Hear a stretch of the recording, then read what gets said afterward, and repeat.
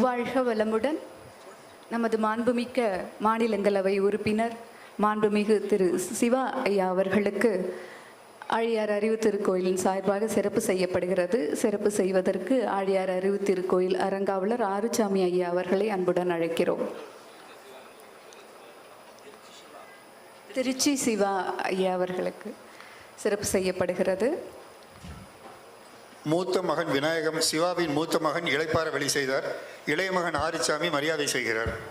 திருச்சி சிவா அவர்களுக்கு கோவை மண்டல உலக சமுதாய சேவா சங்கத்தின் தலைவரும் ஆழியாறு அறிவுத்தீர் கோயிலின் அறங்காவலருமான ஆறுசாமி ஐயா அவர்கள் சால்வை கொடுத்து நினைவு பரிசு வழங்கி மகிழ்கிறார். இந்த சிறப்பு விருது திருச்சி சிவா அவர்கள் 7 கடல் தாண்டி 7 மலை தாண்டி புதையலை கண்டது போல கடந்த 2 நாட்களாக தன்னுடைய மிக பரந்த அலுவலக பணிகளுக்கு இடையே கொடுத்த வாக்கை காப்பாற்ற வேண்டும் என்பதற்காக வானில் பறந்து தரையில் பறந்து இங்கே வந்தடைந்து நமது சொன்ன சொல்லை காப்பாற்றி இருக்கிறார்.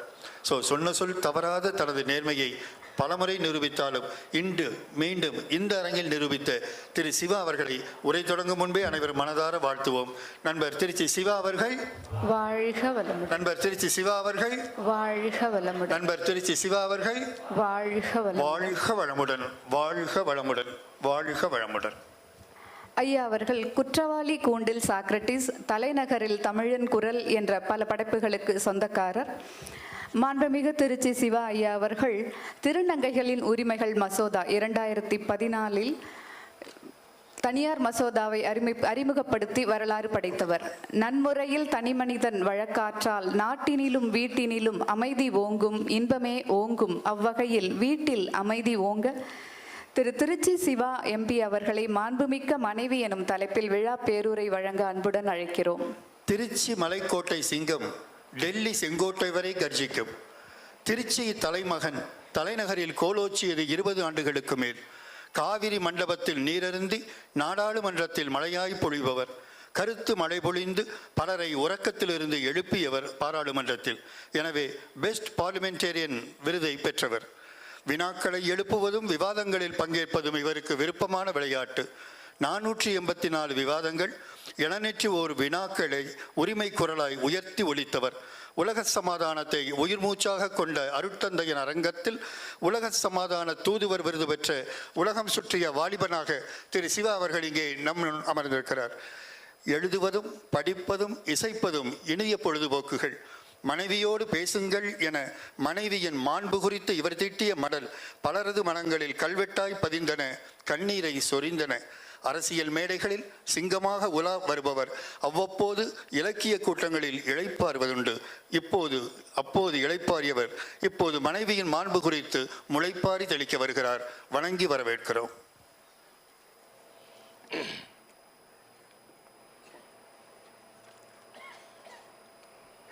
ஆழியாறு அறிவு திருக்கோயிலில் சீரோடும் சிறப்போடும் நடைபெற்று கொண்டிருக்கின்ற மனைவி நல வேட்பு விழாவிற்கு தலைமை பொறுப்பேற்றிருக்கின்ற கோவை மாவட்ட போக்சோ நீதிமன்றத்தினுடைய நீதிபதி நீதியரசர் குலசேகரன் அவர்களே,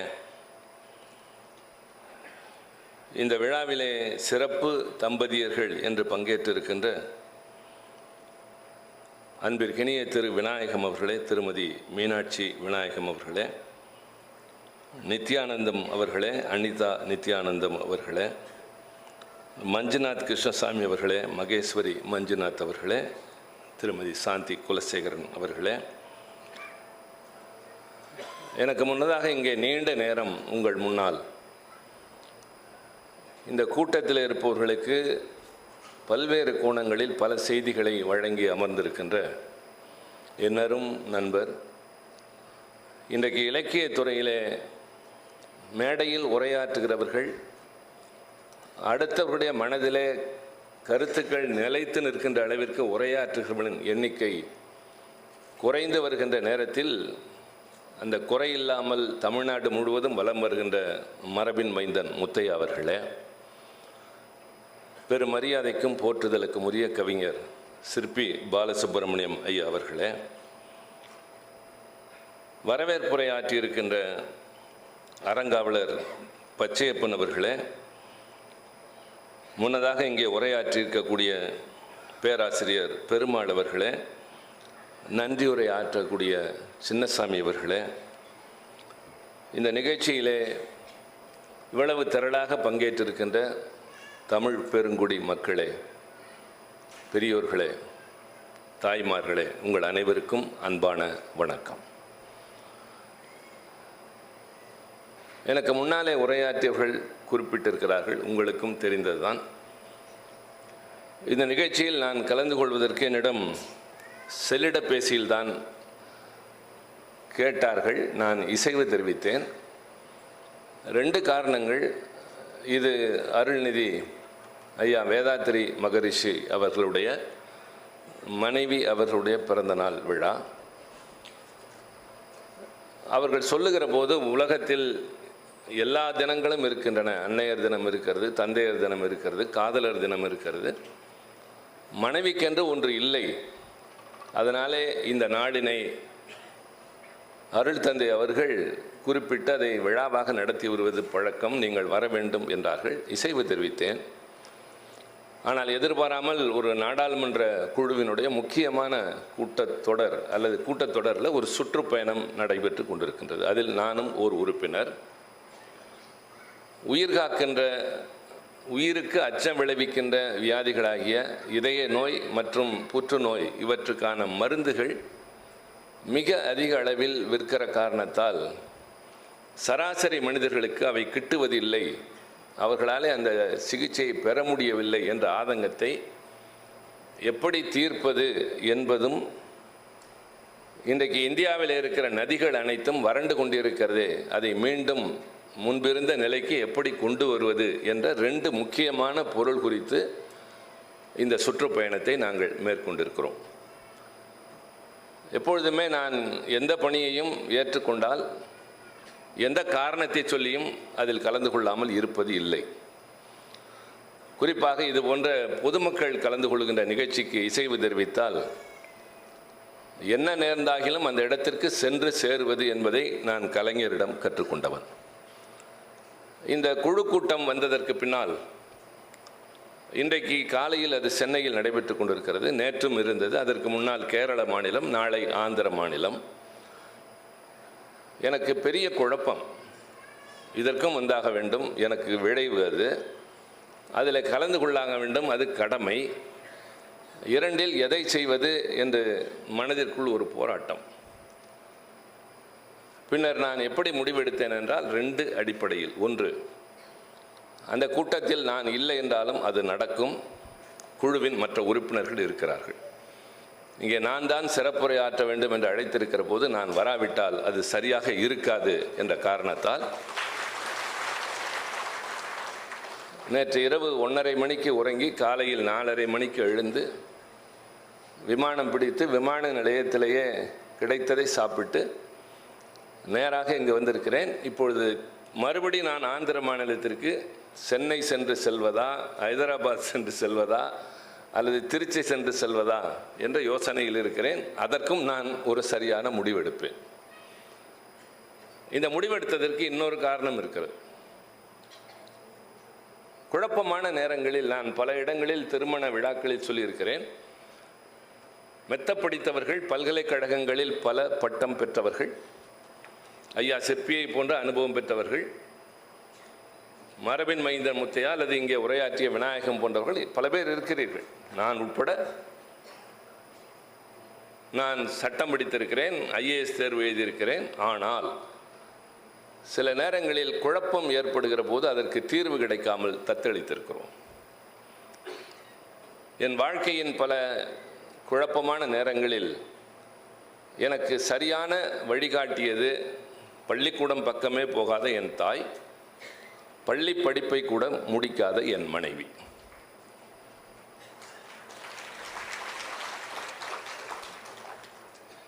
உனக்கு என்ன தெரியும் என்று கேட்கிற ஆண்கள் இருப்பார்கள். அவர்களுக்குத்தான் எல்லாம் தெரியும், ஆனால் அமைதியாக இருப்பார்கள். நமக்கு ஒன்றுமே தெரியாத ஆனால் எல்லாம் தெரிந்ததை போல காட்டிக்கொள்வோம். அதை அவர்களும் ரசித்து கொண்டிருப்பார்கள். அதுதான், சகித்து கொண்டிருப்பார்களா அல்லது ரசித்து கொண்டிருப்பார்களா என்பது வேறு. இப்போது நான் வருகிற வழியில் முத்தையா அவர்கள் பேசுவதை கேட்டுக்கொண்டு தான் வந்தேன். நேரலையில் ஒளிபரப்பாக்கி கொண்டிருக்கிறது. சரி, நேரலையில் ஒளிபரப்பாகிறதே நமக்கு தெரிந்த ஒரு 4 பேருக்கு அனுப்புவோம், பார்க்கட்டும் என்று அனுப்பினேன். அடுத்த நிமிடமே எனக்கு ஒரு குறுந்தகவல் வந்தது. எல்லா ஆண்களுமே மனைவி போனதற்கு பின்னால் தான் அருமை தெரியுமா, தயவு செய்து இது மாதிரி செய்திகளை அனுப்பாதீர்கள் என்று அனுப்பினார். உடனே அவருக்கு அனுப்பியதை நான் நீக்கிவிட்டேன். யோசித்தேன், அவர்கள் கோபத்தில் நியாயம் இருக்கிறது. நான் இந்த குழப்பங்களுக்கு தீர்வு என்று சொன்னதற்கு உதாரணம், நான் கல்லூரி படிப்பை படித்து கொண்டிருந்த போது அவசர நிலை காலத்தில் 1 வருட காலம் சிறையில் அடைபட்டேன். மிசாக் சட்டத்தில் விடுதலையாகி வந்து ஐஏஎஸ் தேர்வு எழுத முனைந்து பின்னர் என் கட்சியின் அன்றைய தலைவர் கலைஞர் அவர்களால் ஈர்க்கப்பட்டு நான் அரசியலுக்கு முழுதாக வந்ததற்கு பின்னால் 15 ஆண்டுகள் கழித்து சட்டக்கல்லூரியில் சேர்ந்தேன். என் மகளை பள்ளிக்கூடத்தில் விட்டுவிட்டு நான் கல்லூரிக்கு போவேன். அப்படி போய்கொண்டிருக்கின்ற ஒரு காலத்தில் எனக்கு தேர்வு. அதே நாளில் கட்சி சார்பில் ஒரு போராட்டத்திற்கு வர வேண்டும் என்ற தொடர் அழைப்புகள் வந்து கொண்டிருக்கின்றன. நான் தேர்வுக்கு செல்ல வேண்டும் என்று தயாராகி கொண்டிருந்தவனுக்கு என்ன செய்வது என்று ஒரே தடுமாற்றம். பெரும்பாலும் எல்லா நேரங்களிலும் வந்து நாங்கள் இருக்கிற இடத்துல வந்து உட்கார்ந்து தலையை நீட்டிக்கொண்டு கருத்துக்கள் சொல்லுகிற பழக்கம் என் மனைவிக்கு கிடையாது.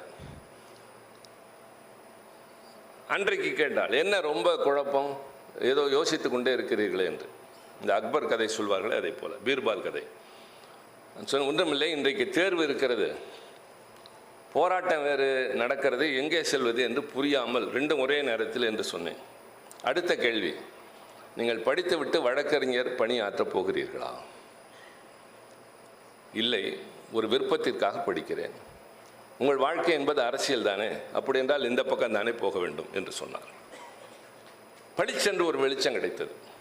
எது பிரதானமோ, இன்றைக்கு காலையில் நான் சென்னையில் நாடாளுமன்ற குழு கூட்டத்தில் கலந்து கொள்வதா, ஆழியாறு அறிவுத்திருக்கோயிலுக்கு வருவதா என்ற போது என் மகளிடம் நான் இதையே கேட்டபோது அடுத்து வந்த பதில், நமக்கு எதுப்பா முக்கியம், அங்கே தானே போகணும்.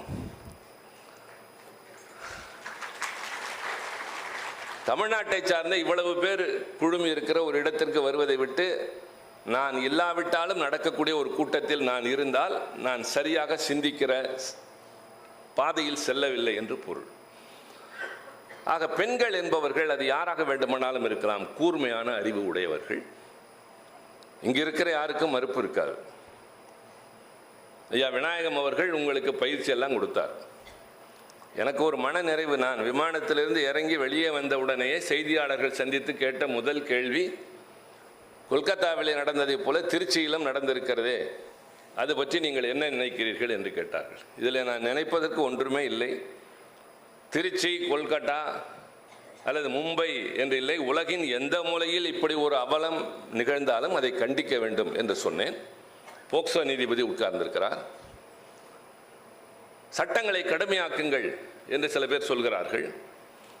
நீங்கள் தான் ஐயா சொல்ல வேண்டும், சட்டத்தை கடுமையாக்கினால் எல்லாம் சரியாகிவிடுமா?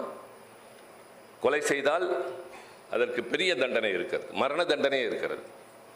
கொலை செய்ய முயற்சித்தாலே அதற்கு குறைந்தது 7 ஆண்டு காலம். அதனால இந்த குற்றங்கள் மலிந்து விட்டதா என்றால் முன்பை விட அதிகமாக கூலிக்கு கொலை செய்கிறவர்கள் வந்து விட்டார்கள். யாரை கொலை செய்ய போகிறோம், அவனுக்கு பின்னால் என்ன இருக்கிறது, அவனுடைய குடும்பம் என்ன, அவனை நம்பி எத்தனை பேர் இருக்கிறார்கள் என்று சீர்தூக்கி அவர் நல்லவரா கெட்டவரா பார்ப்பதில்லை. கைக்கு வந்து சேர்கிற பணம் அவன் மனதையும் அறிவையும் மயக்கக்கூடிய ஒரு செயல், எதை வேண்டுமானாலும் செய்கிறார்கள். சட்டம் அந்த இடத்துல எதையும் செய்யவில்லை. ஆனால் ஒன்று நான் நம்புகிறேன், அது இந்த குற்றம் அந்த குற்றம் என்றல்ல, இந்த தவறு அந்த தவறு, நான் குற்றம் என்ற அளவுக்கு கூட போகவில்லை, ஒரு தவறு என்ற அளவிலே எடுத்துக்கொள்வோமே. ஆனால் கூட நான் நம்புகிறேன், இந்த மன்றத்தில் இருக்கிறவர்கள் இருக்கிற இடத்தில் தவறுகள் நடக்காது என்ற நம்பிக்கை எனக்கு இருக்கிறது. உங்களுக்கு எனக்கு அறிமுகம் உண்டா? உங்களை நான் முன்னும் பின் பார்த்திருக்கேனா? ஆனால் எப்படி அறுதியிட்டு சொல்கிறேன் என்றால், இந்த நாளில் இவ்வளவு தொலைவு வந்து இப்படி கட்டுப்பாட்டோடு உட்கார்ந்திருக்கிறீர்களே, நீங்கள் நிச்சயமாக தவறு செய்ய மாட்டீர்கள். அதற்கு காரணம் மன வளம் தானே. அதை தானே ஐயா சொல்லிவிட்டு போனார், மன வள கலை. மனது சரியாக இருந்தால் போதும். நான் தவறு செய்ய மாட்டேன், என்னோடு இருக்கிறவர்கள் தவறு செய்ய மாட்டார்கள், என் ஊரில் இருக்கிறவர்கள் தவறு செய்ய மாட்டார்கள் என்றால் என் ஊர் நலமாக இருக்கிறது என்று பொருள்.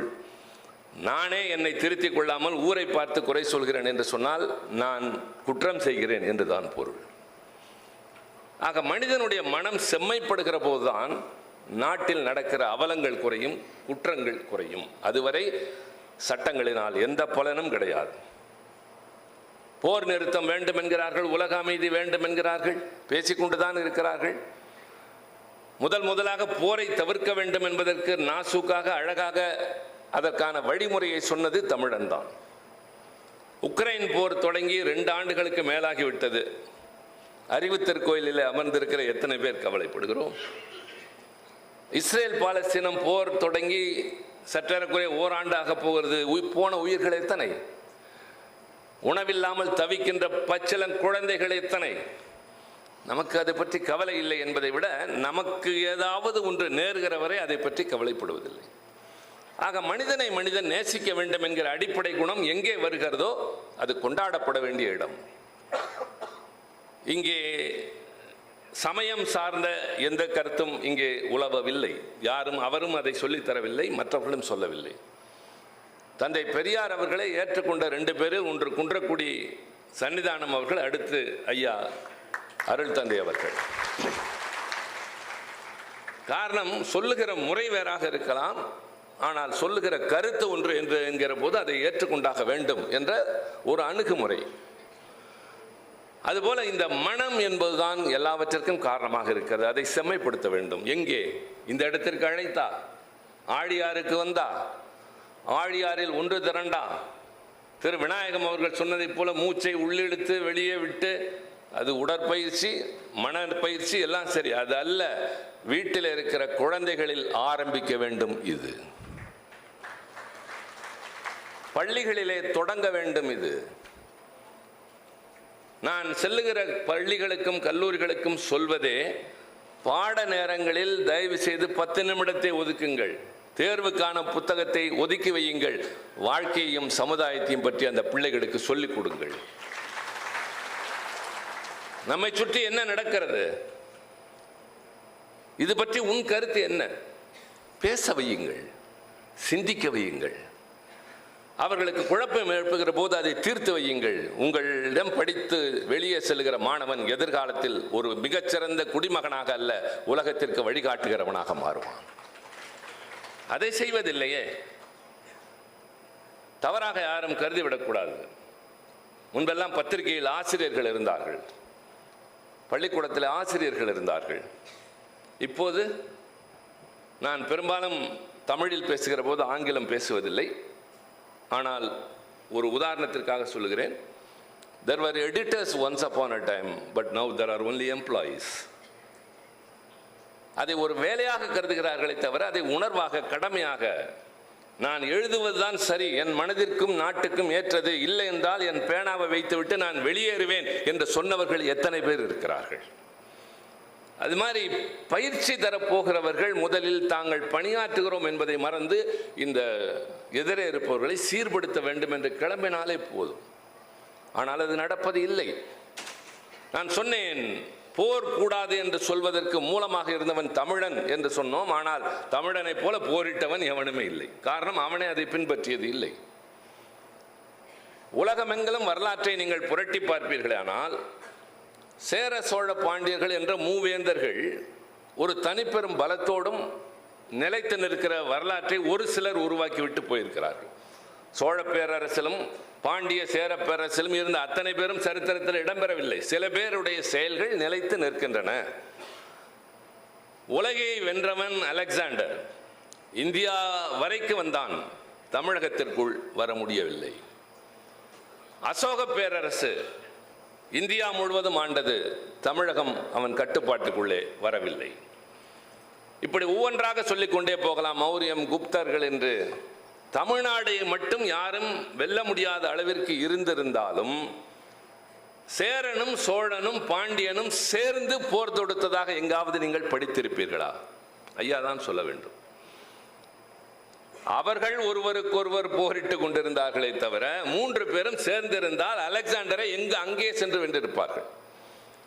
3 பேரும் சேர்ந்து போர் தொடுத்த ஒரே ஒரு நிகழ்வு எது என்று சொன்னால் குறுநில மன்னனாகிய பரம்பு மலை பாரியை எதிர்த்து சென்றார். அவனும் ஒரு தமிழன். ஆக நான் முரண்படுவதாக கருத வேண்டாம். தமிழன் தான் உலகில் போர் வேண்டாம் என்பதற்கான வழியை ரொம்ப சுருக்கமாக சொன்னான். ஆனால் தமிழர்களை பின்பற்றவில்லை என்று சொன்னேனே, அதற்கு எது என்று கேட்பீர்களானால் யாதும் ஊரே யாவரும் கேளீர் என்றான் அல்லவா, அங்கே ஆரம்பிக்கிறது. எல்லா ஊரும் என் ஊர். கேளீர் என்றால் உறவினர் என்று பொருள். கேளீர் என்பதல்ல, கேளீர். கேளீர் என்பது உறவினர் என்றால் என்னோட உறவினரோடு நான் தேவையில்லாமல் போர் தொடுக்க மாட்டேன் என்ற மனநிலையை விதைத்தவன் அந்த காலத்திலே, சங்க காலத்திற்கு முன்னால் இருந்த கணியன் பூங்கொண்டனார். ஆனால் தமிழனை பின்பற்றவில்லை. சரி, நான் எதையோ பேசுவதாக கருத வேண்டாம். மாண்புமிக்க மனைவி என்று சொன்னார்கள். மனைவி என்ற சொல்லுக்குள்ளேயே எல்லாம் இருக்கிறது. தனியாக எதற்கு மாண்புமிக்கு? இதில் மரபின் மைந்தன் முத்தையா ஒரு கேள்வி வேறு கேட்டுவிட்டு போனார். மன்னர்கள் காலத்தில் இருந்ததை இப்போதும் தொடரலாமா என்று. அப்போது இருந்த நல்லவைகளை இப்போதும் தொடரலாம். மந்திரி என்று சொல்லிக் கொண்டிருந்தார்கள். அண்ணா அதை அமைச்சர் என்றாக்கினார். கணம் உறுப்பினர் என்றார்கள், மாண்புமிகு என்று மாற்றினார்கள். அபேட்சகர் என்று இருந்தது, வேட்பாளர் என்று மாற்றினார்கள். அக்கராசனர், இந்த கூட்டத்தினுடைய அக்கராசனர் குலசேகரன் அவர்களே என்று இருந்ததை மாற்றி கூட்டத்தின் தலைவர் அவர்களே என்று எல்லாவற்றையும் தமிழ்படுத்தினோம். மதியூகி மந்திரி என்றெல்லாம் சொல்வார்கள். காரணம், மன்னன் வெளி உலகை பற்றி அறியாதவன், உல்லாசத்திலே வாழ்கிற வாழ்க்கையை இயற்கையாக பெற்றவன், இல்லது வழி வழியாக பெற்றவன். உழைத்து திறமையினால் பெறுவதை விட வழி வழியாக பெறுவதன் மூலமாக ஒய்யாரமாக மட்டுமே இருப்பார்கள். அமைச்சர் இவருக்கும் ஏற்றவாறு இருப்பார், ஊர் மக்களுக்கும் ஏற்றவாறு இருப்பார். அனுபவம் இருக்கும். இவருக்கு சரியான நேரத்தில் கருத்துக்களை எடுத்து சொல்லக்கூடியவர். அதற்கு பல உதாரணங்களை சொல்வார்கள். இன்றைக்கு இந்த தலைப்புக்கு இன்றைக்கு தேவையானதற்காக நான் ஒரு உதாரணத்தை சொல்கிறேன். உங்களில் சிலருக்கு தெரிந்திருக்கலாம். மிகப்பெரிய மன்னனாகிய அக்பர் என்பவனுடைய வெற்றிக்கும் புகழுக்கும் ஒரு மூல காரணம் அவனுடைய அமைச்சர் பீர்பால் என்று சொல்வார்கள்.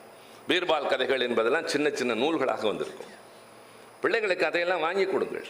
மரியாதை ராமன் கதைகள், பீர்பால் கதைகள், இதையெல்லாம் படிக்க வையுங்கள். இதிலிருந்து தொடங்கட்டும். படிக்கிற பழக்கமே அற்றுவிட்டதே.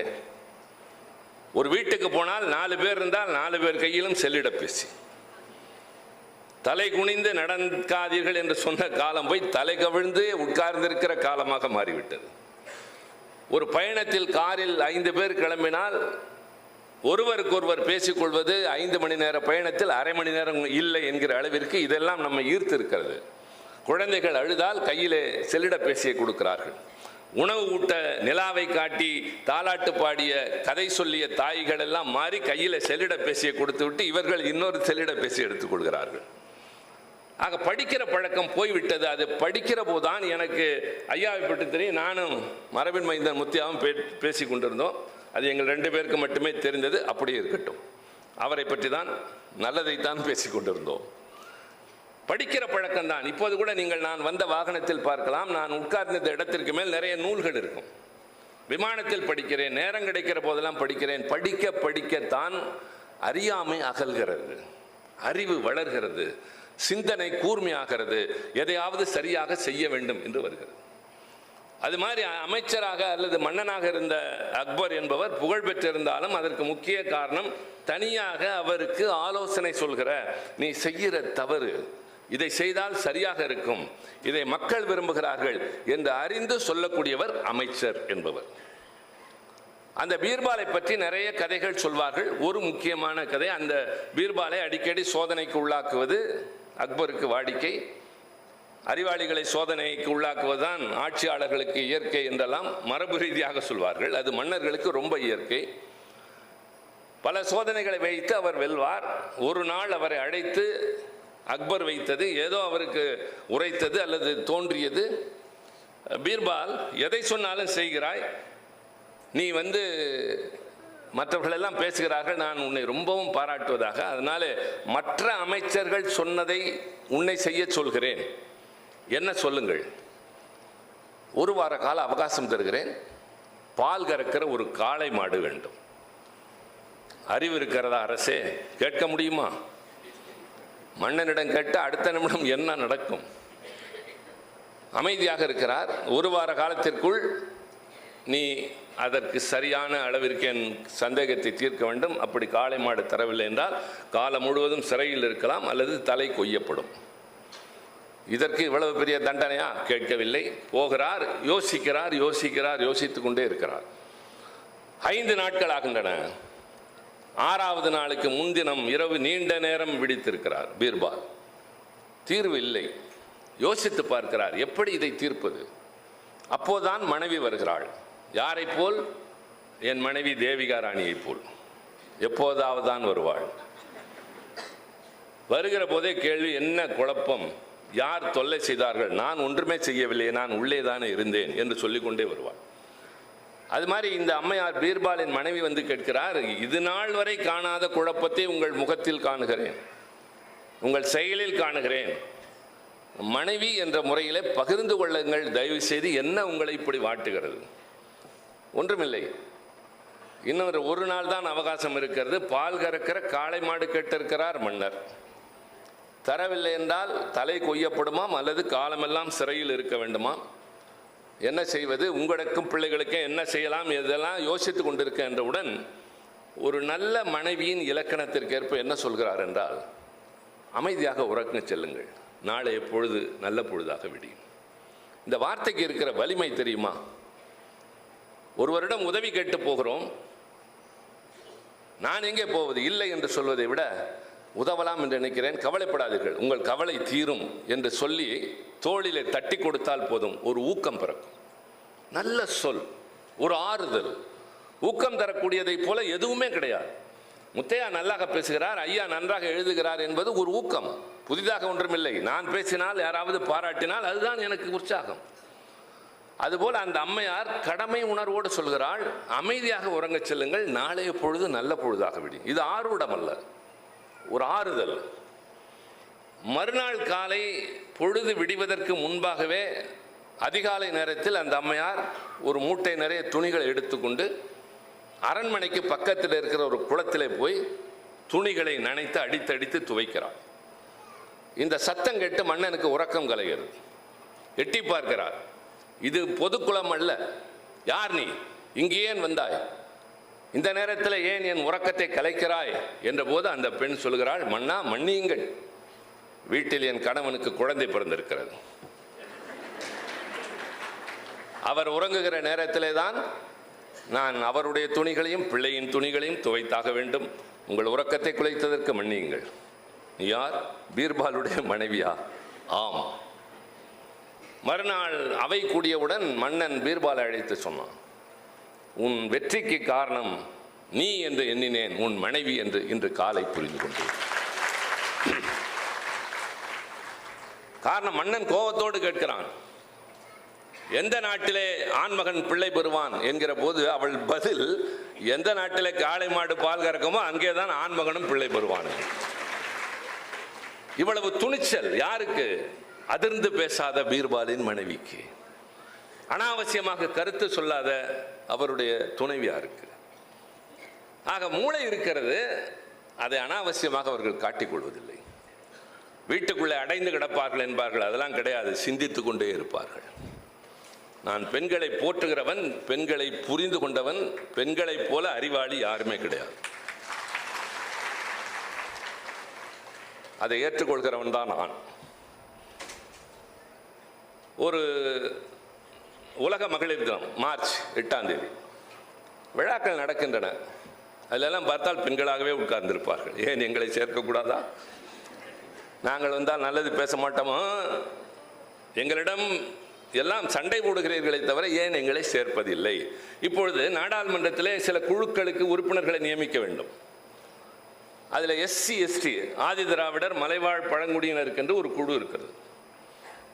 அதிலே நான் அந்த பிரிவை சார்ந்தாத ஒருவரை உறுப்பினராக என் கட்சியின் சார்பில் நியமித்திருக்கிறேன். நான் அங்கே குழுவின் தலைவர் என்ற காரணத்தால் எங்களுடைய தலைவர் பல நேரங்களில் நீங்களே முடிவெடுங்கள் என்று சொல்வார். அந்த அடிப்படையில் அந்த குழுவில் அந்த பிரிவை சாராத ஒருவரை நான் நியமிக்கிறேன். அவர்கள் சில பேர் கேட்டார்கள், அது எப்படி? ஏன் அவர்களுக்காக அவர்கள் மட்டும்தான் பேச வேண்டுமா? நாங்களும் பேசுவோம்.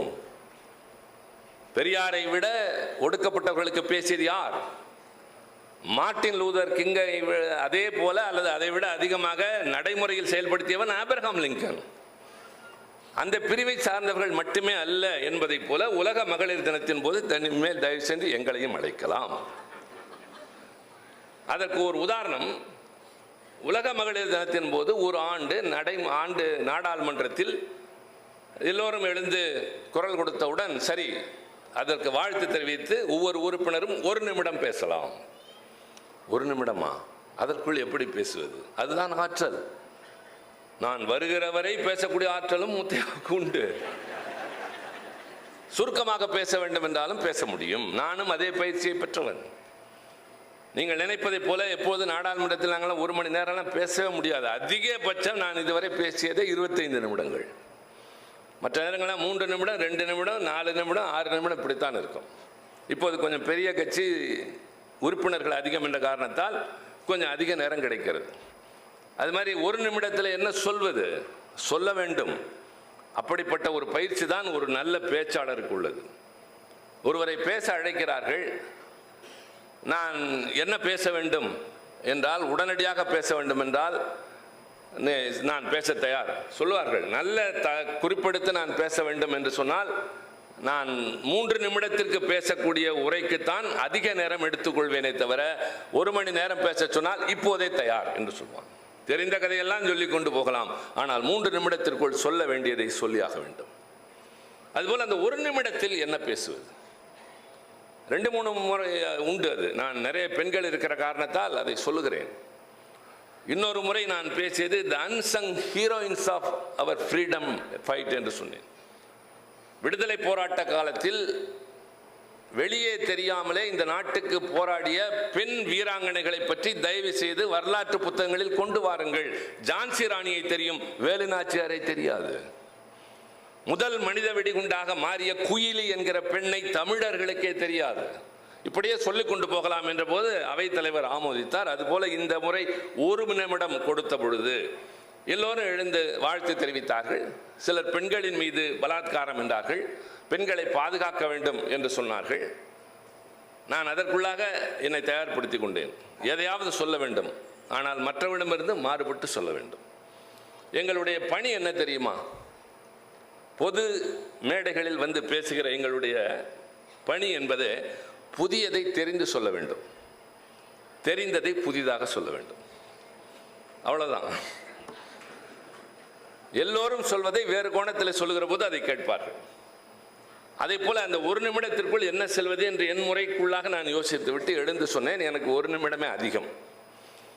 இந்த உலக மகளிர் தினத்தின் போது இந்த அரசாங்கம் மகளிருக்கு ஏதாவது பரிசு தர விரும்பினால் பெண்கள் தவிர்க்க முடியாமல் பயன்படுத்துகிற சானிட்டரி நாப்கின்களுக்கு ஜிஎஸ்டிக்கு வரி விலக்கு தாருங்கள் என்று. அவைத்தலைவராக வெங்கையா நாயுடு இருந்தார். அருமையான யோசனை சிவா என்றார்.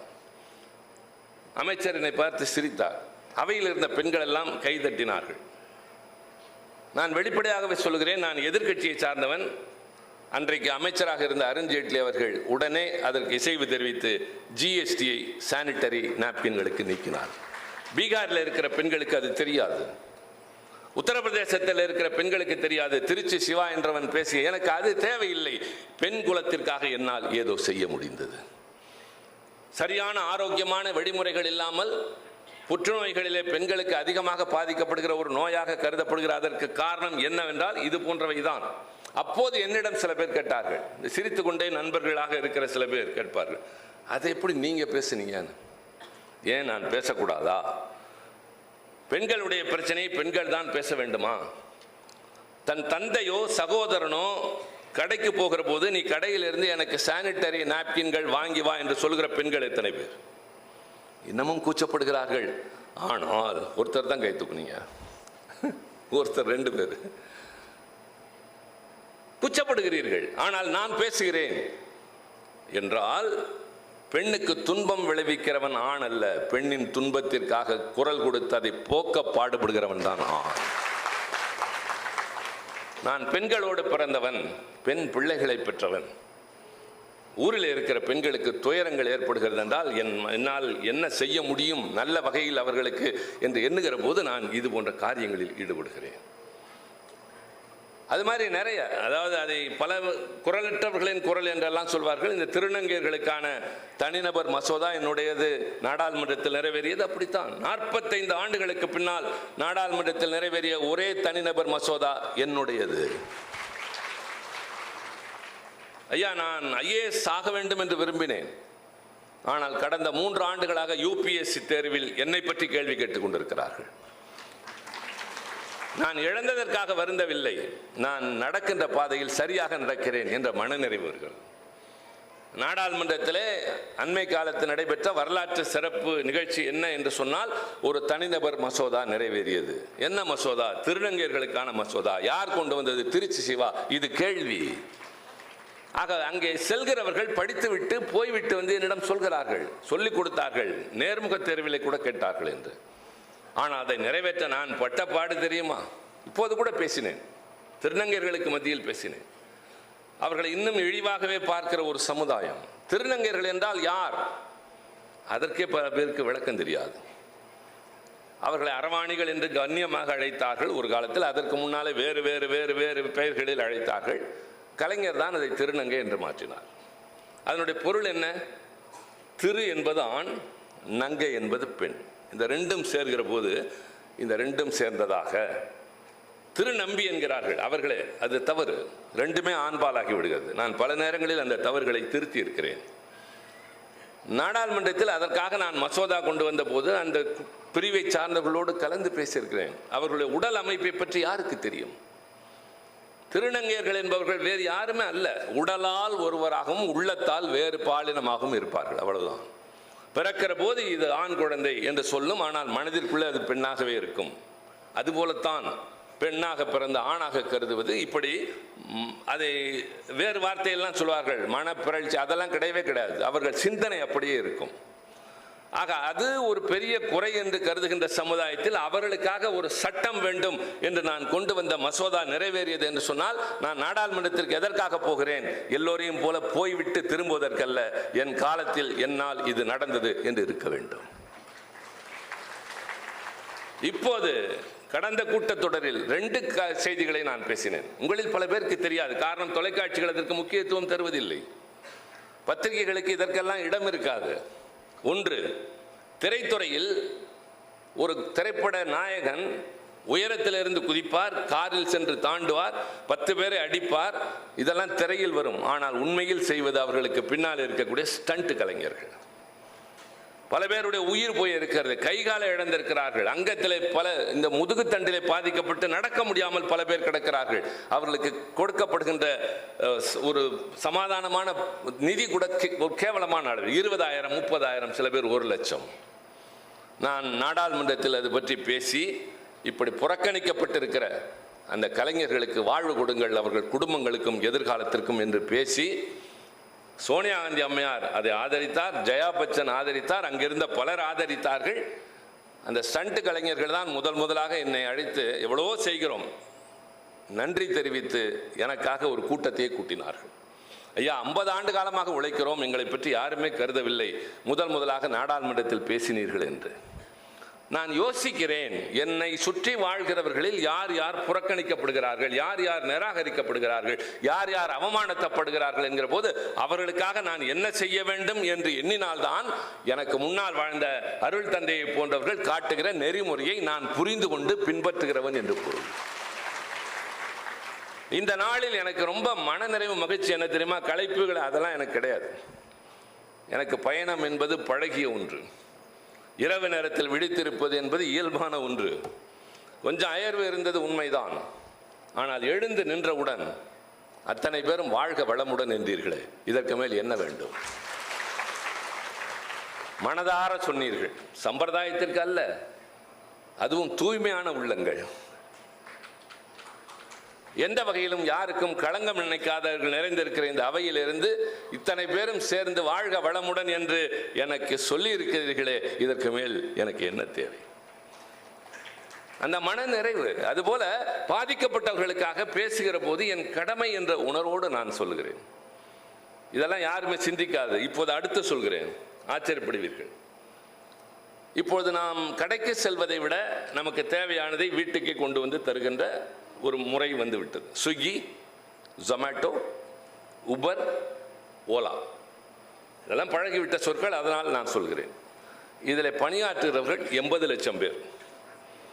அடுத்த ஆண்டு அது 2.5 கோடியாக உயரப்போகிறது. ஆனால் அவர்களை ஒரு தொழிலாளியாக கூட கருதுவதில்லை. அவர்களை வைத்திருக்கிற முதலாளி அவர்களை பங்குதாரர் என்ற பெயரில் உனக்கு 10%, எனக்கு 90% என்று பிரித்துக் கொள்கிறார்கள். வாழ்க்கையின் பாதுகாப்பற்றவர்களாக அவர்களுக்கு ஏதாவது ஒரு சட்டம் கொண்டு வாருங்கள் என்று நான் நாடாளுமன்றத்தில் பேசினேன். அந்த தொழிலாளர்களுக்கு என்னிடம் பேச அமைப்பு கிடையாது. அதனால் அவர்கள் யாரும் என்னை பார்க்கவில்லை. நான் அதை பற்றி கவலைப்படவில்லை. எங்கோ ஒரு மூலையில் இரவு நேரத்தில் நட்ட நடுதிசையில் உறங்கிக் கொண்டிருக்கிற நேரத்தில் நீங்கள் கேட்ட பொருள் இதோ, நீங்கள் கேட்ட உணவு இது என்று தேடிய இடத்திலிருந்து கொண்டு வந்து தந்துவிட்டு போகிறானே, அவனுக்கு பின்னால் ஒரு குடும்பம் இருக்கிறது, அவனுக்கும் கனவுகள் இருக்கிறது. ஒரு ஸ்டண்ட் நடிகர் ஒரு பேருந்தை தாண்டுவது போல காட்சி.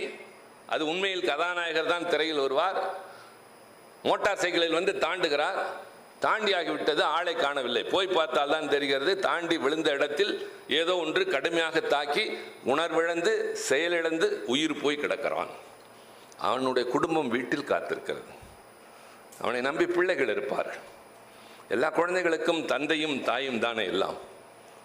அவர்கள் தானே முதல் வழிகாட்டி, அவர்கள் தானே எல்லாமாக இருக்கிறார்கள். கிராமத்தில் இருந்து வருகிற ஒரு விவசாயியின் கையை பிடித்துக் கொண்டு அந்த குழந்தை கடை வீதியில் நடக்கிற போது கம்பீரத்தை பாருங்கள். என் அப்பா கோட்டும் சூட்டும் போட்டு இருக்கவில்லை, கை நிறைய சம்பாதிக்கவில்லை என்றெல்லாம் அதற்கு தெரியாது. அது அந்த விவசாயி மேலே சட்டை இல்லாமல் முண்டாசு கட்டி கொண்டு போகிற அந்த விவசாயியின் கையை பிடித்து கொண்டு நடக்கிற போது உலகமே என் கைக்குள் என் தந்தை என்று போகும். யார் அதை பற்றி கவலைப்படுவது?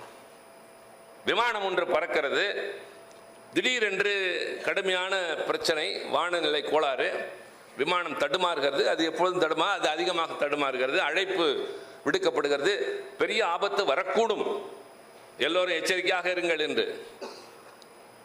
எல்லோரும் எச்சரிக்கையாக இருக்கிறார்கள். ஒரு கிறிஸ்துவ பாதிரி ஜபிக்க ஆரம்பிக்கிறார். ஒவ்வொருவரும் ஏதேதோ செய்து கொண்டிருக்கிறார்கள். ஒரு குழந்தை மட்டும் கையிலே ஒரு புத்தகத்தை வைத்து படித்துக் கொண்டிருக்கிறது. கொஞ்சம் கூட அது கலங்கவே இல்லை. எல்லோரும் பதட்டத்தில் இருக்கிறார்கள். பின்னர் விமானம் சமநிலைக்கு வந்தவுடன் கேட்கிறார்கள், அது என்ன இந்த வயதில் இப்படி ஒரு குணம்? ஏதோ நடக்க போகிறது என்று சொல்லுகிற போது கூட எப்படி நீ இவ்வளவு பொறுமையாக இருந்தாய் என்று கேட்கிற போது, விமானத்தை ஓட்டுவது என் தந்தை, அவர் என்னை பத்திரமாக கொண்டு சேர்ப்பார் என்ற நம்பிக்கை எனக்கு இருக்கிறது. அந்த விமானம் ஓட்டுகிற மனிதனுக்கு தெரியும், வீட்டில் ஒரு மனைவி காத்திருக்கிறாள், இந்த பிள்ளையை கொண்டு போய் அவளிடம் ஒப்படைக்க வேண்டும் என்று. இந்த இல்லற வாழ்க்கை என்பதும் கணவன் மனைவி என்பதும் வாழ்க்கையில் அவசியம் தேவையான ஒன்று. ஒரு காலத்திலே நான் கல்லூரி மாணவனாக இருந்து பின்னர் மாணவர் தலைவராக வலம் வந்தபோது, திருமணம் ஆவதற்கு முன்னால் எங்களோடு இருந்த தோழர்கள் யாருக்காவது திருமணமானால் முதல் நாள் இரவு போய், நன்றாகத்தானே இருந்தாய், எங்களோடு தானே இருந்தாய், ஏன் உனக்கு மூளை இப்படி போனது, என்ன சொல்கிறாய்? திருமணம் என்பது விலங்கு, நீ பறக்கிற சிறகை வெட்டுவதற்கு பெரியவர்கள் கண்டுபிடித்திருக்கிற ஒரு கருவி. தயவு செய்து இப்படி என்ன வருத்தமாக இருக்கிறது. இனி நாளையிலிருந்து உன் வாழ்வு வேறு, இனி எங்களோடு நீ இருக்க முடியாது, உற்சாகம் கிடையாது. அவன் கேட்பான், சரி பத்திரிகை அடித்து எல்லோரும் வந்து விட்டார்கள், நாளை காலை திருமணம், இப்போது வந்து மனதை குழப்புகிறாய், இப்போது ஒன்றுமில்லை, ஓடி போய்விடு, ராத்திரி ஓடுகிறார். 2 நாள் கழித்து அவர்களே திருமணம் செய்யவில்லை, வா என்று அழைப்பார்கள், அப்போது வா என்றெல்லாம் பேசிய அதே திருச்சி சிவாதான் இப்போது சொல்கிறேன், வாழ்க்கையில் இல்லறம் திருமணம் என்பது அவசியம் என்பதை. அது பக்குவம் இல்லாத காலம், வாழ்க்கை இப்படித்தான் உற்சாகமாக என்று நினைத்த காலம். ஆனால் அனுபவம் உணர்த்தியது, அழைத்து களைத்து சலித்து வெளியே எத்தனை நடந்தாலும் போய் கொஞ்சம் கூட வீட்டில் இருப்பவர்களை பொருட்படுத்தாமல் அசந்து படுக்கிற போது பாவம், பொது வாழ்க்கையில் இருக்கிறவர் எத்தனை பிரச்சனைகளை எத்தனை பேரை சந்தித்து விட்டு வந்தாரோ என்று உறங்குகிற வரை காலை அமுக்கி கொண்டிருக்கிற அந்த உறவு வேறு யாருக்கும் கிடைக்காது. இது அடிமைத்தனம் அல்ல. உடனே சில பேர் காலை அவர்கள் தான் அமுக்க வேண்டுமா, நீ அமுக்கக்கூடாதா? அது அமுக்கலாமா வேண்டாமா என்பது வேறு. எது தேவை என்பதை கேட்காமலே செய்கிற அந்த பெண் இருக்கிறார் அல்லவா. உணவு. நான் சொற்களை எப்பொழுதும் சரியாக பயன்படுத்த வேண்டும் என்று கருதுகிறவன். நல்ல சொற்கள், அதுவும் நீங்கள் இருக்கிற இடம் மறுபடியும் ஆங்கில சொல் சொல்ல வேண்டும்னா அந்த வைப்ரேஷன்.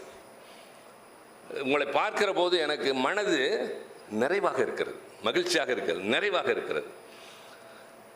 அது மாதிரி இந்த சொற்களை பயன்படுத்துகிற போது ரொம்ப எச்சரிக்கையாக இருக்க வேண்டும். அதை எதிர்மறை சொல், நேர்மறை, நெகட்டிவ் அண்ட் பாசிட்டிவ் என்று சொல்வார்கள். ஒரு உதாரணம் சொல்கிறேன். அது எனக்கு நேரடியாக இல்லாது, இன்னொன்று எனக்கு சம்பந்தப்பட்டது. நான் கல்லூரியில் படிக்கிற காலத்தில் எனக்கு ஒரு ஆங்கில பேராசிரியர் இருந்தார். பாடம் நடத்தி கொண்டிருந்தவர் திடீரென்று ஒரு நாள் அவர் ஆங்கில இலக்கணம் நடத்தி கொண்டிருந்தார். I am going to put a full stop to grammar and will take up prose என்று சொன்னார். நான் எழுந்து கேட்டேன், மறுபடியும் உங்களுக்கு ஆங்கில இலக்கணம் நடத்துகிற திட்டம் இருக்கிறதா இல்லையா என்று கேட்டேன். ஏன்? நான் பின்னால் நடத்துவேன், அப்புறம் எப்படி ஃபுல் ஸ்டாப்? அது வரக்கூடாதே, வேறு தானே வர வேண்டும். நீ சின்ன விஷயங்கள் எல்லாம் பெரிதுபடுத்துகிறாய், இந்த வகுப்பில் குழப்பம் ஏற்படுத்துகிற ஒரு ஆள் நீ என்று சொன்னார்கள். 10 நாள் கழித்து ஒரு நாள் எதிர்பாராமல் அவரை கல்லூரி அலுவலகத்தில் பார்த்தேன். என்னை அழைத்து சொன்னார்கள், எனக்கு வேறு ஊருக்கு மாறுதல் ஆகிவிட்டது. அம்மா தெரிகிறதா, உங்கள் வாயிலிருந்து உங்களையும் அறியாமல் வந்தது, இலக்கணத்திற்கு முற்றுப்புள்ளி வைக்கிறோம் என்று. என் தாய் சொல்வார்கள் அதை. பெண் வாயிலிருந்து வருகிற சொற்களுக்கு வலிமை அதிகம் என்று. அதுபோல் ஆணாக இருந்தால் அப்படித்தான். பகிர்ந்து கொள்கிறேன் உங்களோடு. யாருக்கும் தெரியாது, பெரும்பாலோருக்கு தெரியாது, என் வீட்டில் இருக்கிறவருக்கே எல்லோருக்கும் தெரியாது. எனக்கு இனிப்பு ரொம்ப பிடிக்கும், ரொம்ப பிடிக்கும். மாம்பழமும் மலைவாழைப்பழமும் என் உயிர். அது மாதிரி இனிப்பை தொட்டுக்கொண்டே உணவு முழுவதும் சாப்பிட்டு விடுவேன். எதுவுமே தேவையில்லை. இட்லி சாப்பிடுவேன், அரிசி சாறு சாப்பிடுவேன். இப்போ அரிசி சோறே தின்பதில்லை, காலையில் இட்லி சாப்பிடுவதே இல்லை. உணவு முறையெல்லாம் மாறிவிட்டது. அப்படி இனிப்பு சாப்பிட்டு கொண்டிருக்கிற நேரத்தில் என் மனைவி நல்ல கைப்பக்குவம் உடையவள். அவளுக்கு பெயரே அன்னபூர்ணி என்று சொல்வதைப் போல வருகிற எல்லோருக்கும் விருந்து தரக்கூடியவள். அவளுடைய மறைவுக்கு பி. சுசிலா அம்மாவிலிருந்து பல பேர் வந்தார்கள். எல்லோரும் அவருடைய உணவை ருசித்தவர்கள். திருநங்கையர்கள் பல பேர் என் வீட்டுக்கு முதல் முறையாக 15 பேர் வந்தபோது உணவு நேரத்தில் நான் உள்ளே சென்று, ஒரு 15 பேருக்கு சாப்பாடு இருக்குமா? இருக்கிறதே எப்பொழுதும் போல் இல்லை. வந்திருக்கிறவர்கள் திருநங்கையர்கள், தருவாயா என்று கேட்டேன். ரொம்ப கோபம் வந்து விட்டது அவளுக்கு. என்ன நினைத்து கொண்டீர்கள் என்று சொன்னவுடன், ஏன் சொன்னேனோ என்று எண்ணிய போது சொன்னார், அவர்களும் மனித பிறவிகள் தானே, அழைத்து வந்து உள்ளே சாப்பாடு கொடுங்கள். அவளுடைய சமையலிலே ரொம்ப மறக்க முடியாது. இன்னமும் என் மகள் எல்லாம் செய்ய முயல்கிறார்கள், இன்னும் முடியவில்லை. ரவா தோசை, இன்னொன்று குலோப் ஜாமுன். ஒரு நாள் கேட்டேன், குலோப் ஜாமுன் எனக்கு வேண்டும் போல் இருக்கிறது. அவள் என்ன கோபத்தில் இருந்தாலும் அன்று இரவே செய்யக்கூடியவள், அடுத்த நாள் செய்யவில்லை, 2-3 நாள் செய்யவில்லை. 3 நாள் கழித்து நானே கேட்டேன், குலோப் ஜாமுன் கேட்டேனே, இன்றைக்கு செய்து தருகிறேன். வேண்டாம், இனிமேல் நீ செய்தாலும் நான் சாப்பிட மாட்டேன். எனக்கு கோபம், சின்ன பிரச்சனை, பெரிய கோபம். இனிமேல் நீ செய்தாலும் சாப்பிட மாட்டேன். 2 நாட்களில் எனக்கு சர்க்கரை அதிகரித்திருப்பதாக மருத்துவர் சொன்னார். அதைவிட கொடுமை என்ன தெரியுமா? அதற்கு பின்னால் தான் அவளுக்கு மார்பக புற்றுநோய் வந்தது என்று தெரிந்தது. மருத்துவம் தொடங்கியது. குலோப் ஜாமுன் அவள் செய்யவே இல்லை, நான் சாப்பிடவும். ஏன் அந்த வார்த்தை? இங்கே இருக்கிற ஆண்கள் அத்தனை பேரையும் கேட்டுக்கொள்வேன், சொற்களை பார்த்து பயன்படுத்துங்கள். எதையும் கேட்டவுடனே செய்கிற ஒருத்தியிடம், இனி நீ செய்தால் நான் சாப்பிட மாட்டேன், காலம் அப்படியே ஆக்கிவிட்டது. அதைத்தான் வருகிற வழியில் என்னிடம் ஒருவர் கேட்டபோது நான் சொன்னேன், நான் கோபப்படவில்லை, உங்களுடைய உணர்வை நான் மதிக்கிறேன். எல்லா மனிதனுக்கும் அந்த பெண் போனதற்கு பின்னால் தான் மனைவியின் அருமை தெரியுமா, வேலையை பாருங்கள் என்று கோபமாக எனக்கு செய்தி வந்தபோது, அவர் அப்படி என்னிடம் பேசக்கூடியவர் அல்ல, ஆனால் அதில் நியாயம் இருந்தது. இவரும் விதிவிலக்கு இல்லை. அம்மா மறைந்தது 1990களில். அவர் இருந்தது பின்னாளில். இருந்தபோது எப்படி இருந்தாரோ, கொண்டாட ஆரம்பித்தது எப்போது, அதெல்லாம் எனக்கு தெரியாது. உணர்கிறேன் ஒவ்வொரு நேரமும் இழப்பை. நிறைய பேர் இருக்கிறார்கள் எனக்காக எதையும் செய்ய தயாராக, ஆயிரக்கணக்கானோர். நான் பல நேரங்களில் சொல்வேன், என்னை பெற்ற தந்தையை நான் பார்த்ததில்லை. நான் 3 மாதமாக இருக்கிற போது அவர் மறைந்தார். 29 வயதில் விதவையான என் தாயார் தான் இந்த திருச்சி சிவாவை இன்றைக்கு உங்கள் முன்னால் நிறுத்தியிருக்கிறார்.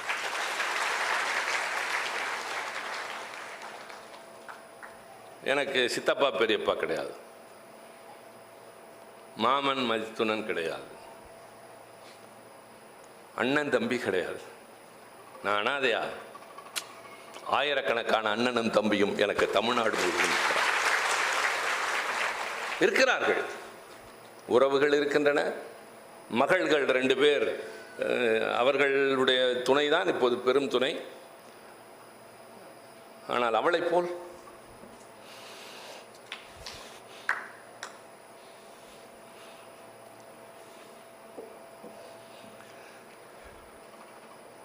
காலம் கடப்பதற்கு முன்பாகவே உணர்ந்து கொள்ளுங்கள். ஆண்களுக்கு நான் விடுக்கிற வேண்டுகோள், இது நேரலையில் கூட செல்கிறது. நான் மேடைகளில் உணர்ச்சி வசப்பட்டு பழக்கம் இல்லை. I'm out of control.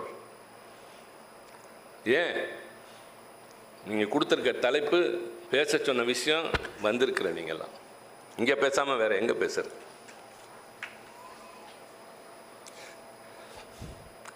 மேடைகளில் ஆவேசமாக பேசுவோம்.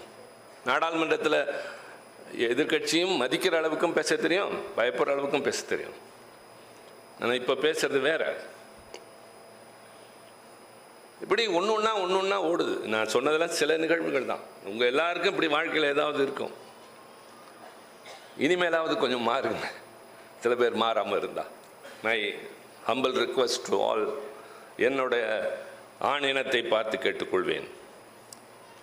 உங்கள்கிட்ட தான் சொல்கிறேன். அதை ஏற்றுக்கொண்டதா ஒரு ஒரு ஒரு சைகை சொல்லுங்க.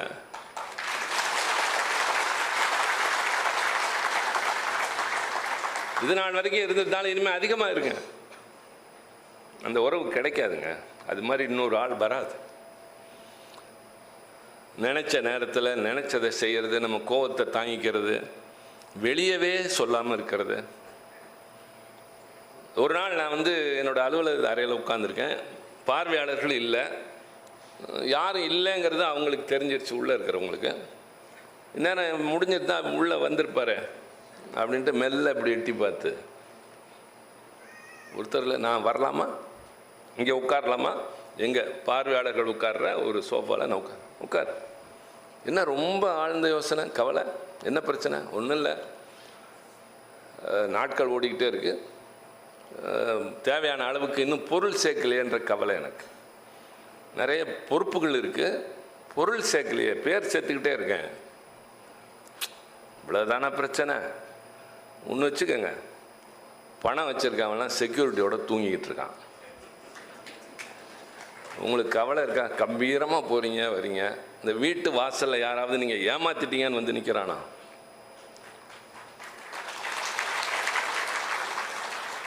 நீங்கள் கெடுதல் பண்ணிட்டீங்கன்னு இது வரைக்கும் எங்கள் சொல்லலை. நீங்கள் நல்லா பேசுகிறீங்கன்றது மட்டும்தான் காதில் விழுந்துட்டுருக்கு. பெரியவங்க வச்சுட்டு போன காணிக்கரை இருக்குது, நீங்கள் கட்டின வீடு இருக்குது, உள்ளே டிவி பாருங்கள், பாட்டு பாடுங்க, எந்திரிச்சு வருவீங்களா? இதெல்லாம் ஒரு பிரச்சனையான்னு சொன்னால் பாருங்கள், அதுதான். ஆமாம், என்னத்த இவ்வளோ காலம் அரசியலில் இருக்கா, இத்தனை தடவை, இப்போ 5வது தடவை, அப்போ 3வது தடவை எம்பியாக என்னத்தை கிழிச்சிங்க, இனிமேல் புரிஞ்சாலாவது சரி எந்திரிச்சு உள்ளே சாப்பிடுங்கன்னு சொல்லியிருந்தா வேற. இது ஒரு பிரச்சனை அல்ல. உனக்கு இருக்கிற பெருமை வேறு, உனக்கு இருக்கிற அறிவு வேறுன்னு ஒரு பொம்பளை சொல்கிறா பாருங்க, அங்கே நான் உற்சாகம் அடைகிறேன். சரி, நம்ம சரியாக தான் போயிட்டுருக்கோம். பணம் ஒரு வாழ்க்கை இல்லை, பணம் வேணும், தேவையான அளவுக்கு தான் வேணும். எனக்கு 100 வீடு இருந்தால் எங்கே தேவையா? ஒரு வீடு தான், ஒரு ரூம் தான், ஒரு கட்டில் தான், ஒரு ஓரம் தானே, எல்லாருக்கும் அதானே. அது புரியாமல் தான் ஒரே வளைச்சி போட்டுக்கிறாங்க. பத்தலைங்கிறாங்க. இந்த பக்குவம் எனக்கு இருந்தால் பத்தாது, என் பொம்பளைக்கும் இருக்கணும். வீட்டில் இருந்தால் தான் நானாக இருக்க முடியும். அதைத்தான் நான் அவளுக்கு பின்னால் எழுதிய போது சொன்னேன், சுயமரியாதையை காப்பதில் என்னையும் விஞ்சி நின்றாள். எனக்கு உயிர் நாடிய சுயமரியாதை. என்கிட்ட நீங்கள் அன்பாக இருக்கலாம், எப்படி வேணாலும் இருக்கலாம், என்னை யாரும் அவமரியாதையாக மட்டும் நடத்திடவே முடியாது. நான் வேற ஆளாயிடுவேன். அதுதான் சில பேர்கிட்ட நெருங்கிறது இல்லை. அதுக்கு காரணம் அவங்க கிட்டக்க போனால் ஒரு நேரம் இல்லைன்னா ஒரு நேரம் டொக்குன்னு போட்டுருவாங்க. எதுக்கு அவங்க பக்கத்தில் போய்கிட்டு நானாகவே இருக்கிறேன் அப்படின்ற மாதிரி. இதெல்லாம் திமிருமா சில பேர், சுயமரியாதைம்பாங்க சில பேர், இயல்பும்பாங்க சில பேர். ஆளாளுக்கு இப்போ நான் திருச்சி சிவா, அந்த அம்மா சிவான்னாங்க, திருச்சி சிவான்னு மாற்றிக்கங்கம்மா அப்படின்னா. ஏன்? என் பெயருக்கு பின்னால் என் சாதி பெயர் இல்லை, என் பெயருக்கு முன்னால் இனிஷியல் இல்லை.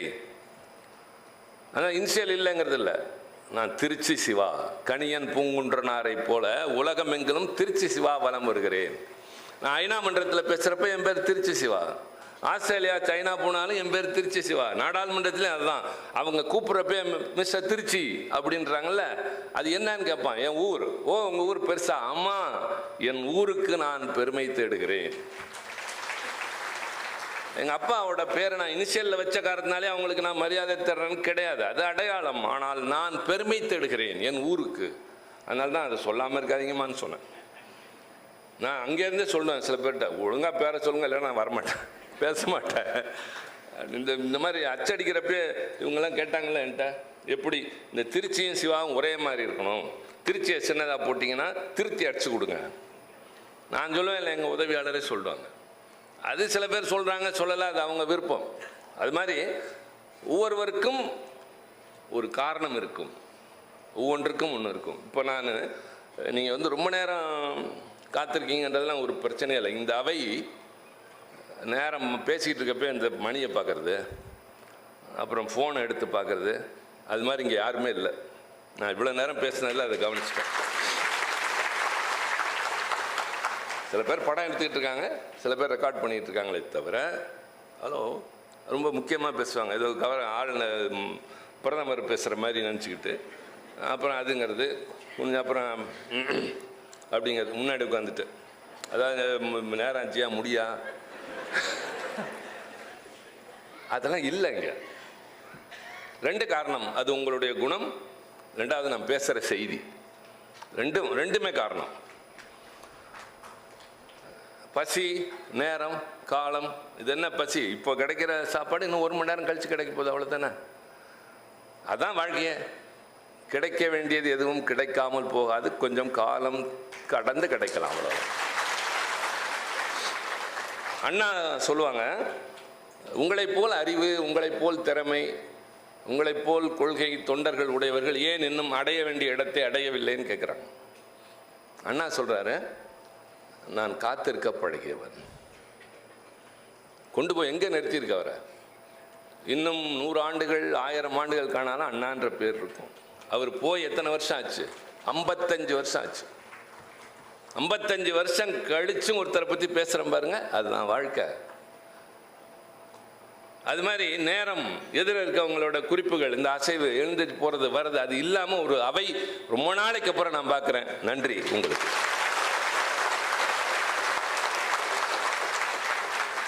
உங்கள் பார்வையில் சொன்னால், ஐயா இருந்தால் மானசீகமாக இந்த அவையை இன்னைக்கு பார்த்துட்டு இருப்பாரு, நாங்கள்லாம் பேசுகிறத கேட்டுட்டு நான் நினச்சதே இதுதான் ஐயான்னு சொல்கிறார். இந்த மாதிரி கூடி உட்கார்ந்து ஒருமுகப்பட்டு ஓர் உணர்வோடு தீய எண்ணங்கள் கூட இல்லாமல் ஒரு மன்றம் இருக்குன்னா உங்கள் மூலமாக தான் இந்த உலகம் இப்படி பரவணும், இந்த உணர்வுகள் பரவணும். இது சமயம் சார்ந்த, ஒரு மதம் சார்ந்த கிடையாது. திருக்குறள் எழுதின திருவள்ளுவர், அந்த திருக்குறள் உலகத்திலே ஒரு பொதுமறை என்று கருதப்படக்கூடும், வேண்டும் என்று சொல்கிறோம்னா அதுக்கு காரணம் அது ஒன்று தான். எந்த இனத்தையும் பற்றி பேசவில்லை, எந்த சமயத்தையும் பேசவில்லை, எந்த நாட்டையும் பேசவில்லை. ஏன் தமிழ் என்ற சொல் கூட அதில் வராது. உலகமெங்கும் வாழ்கிற மனிதனுக்கு பொதுவாக ஒரு மாபெரும் மறையை நூலை தந்தவர் திருவள்ளுவர் என்பதை போலத்தான் ஐயா அவர்கள் சொன்னதெல்லாம் இந்த உலகத்தில் வாழ்கிற எல்லாருக்கும் சேர்த்து. இது சமயம் அல்ல, இது ஒருவரை வெறுப்பதல்ல, நம்ம எல்லாரும் நல்லா இருப்போம். இந்த வாழ்க வளமுடன் சொல்ல ஆரம்பித்து டக்குன்னு பேச ஆரம்பித்தோடனே வாழ்க வளமுடன் ஃபோனை எடுத்தோடனே சொல்லுவீங்க பாருங்கள், அதுக்கெல்லாம் ஈடு இணையே கிடையாது. அந்த ஒரு நல்ல சொல், இப்போ நான் சொன்ன மாதிரி சொற்களில் இருக்கின்றன வலிமை. சொற்கள் எல்லாத்துக்கும் பொருளும் உண்டு, சொற்களுக்கு வலிமையும் உண்டு. சின்ன சொல்லில் உறவே முறிஞ்சு போகிறது இருக்குது தெரியுமா? ஒரு சின்ன சொல்லில் ஒரு உறவு மலர்கிற வாய்ப்பு உண்டு தெரியுமா? ஒரு சின்ன சொல்லில் ஒரு பெரிய பிரச்சனை தீர்ந்து போகிறது உண்டு தெரியுமா? மன்னிச்சிடுங்க, முடிஞ்சு போச்சா? அதுக்கு ஈகோ பார்த்துருந்தா தான் போச்சு. அது மாதிரி நான் நிறைய சொல்லலாம்.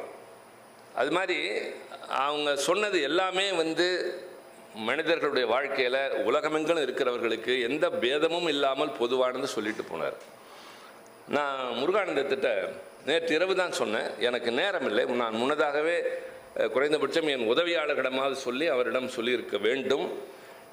எனக்கு நேற்று முடிவெடுத்து 9:30, அதுக்கு முன்னாடி 9:30க்கு தான் நான் நேற்று இரவு முடிவெடுத்து இங்கே தான் வரணுன்ட்டு.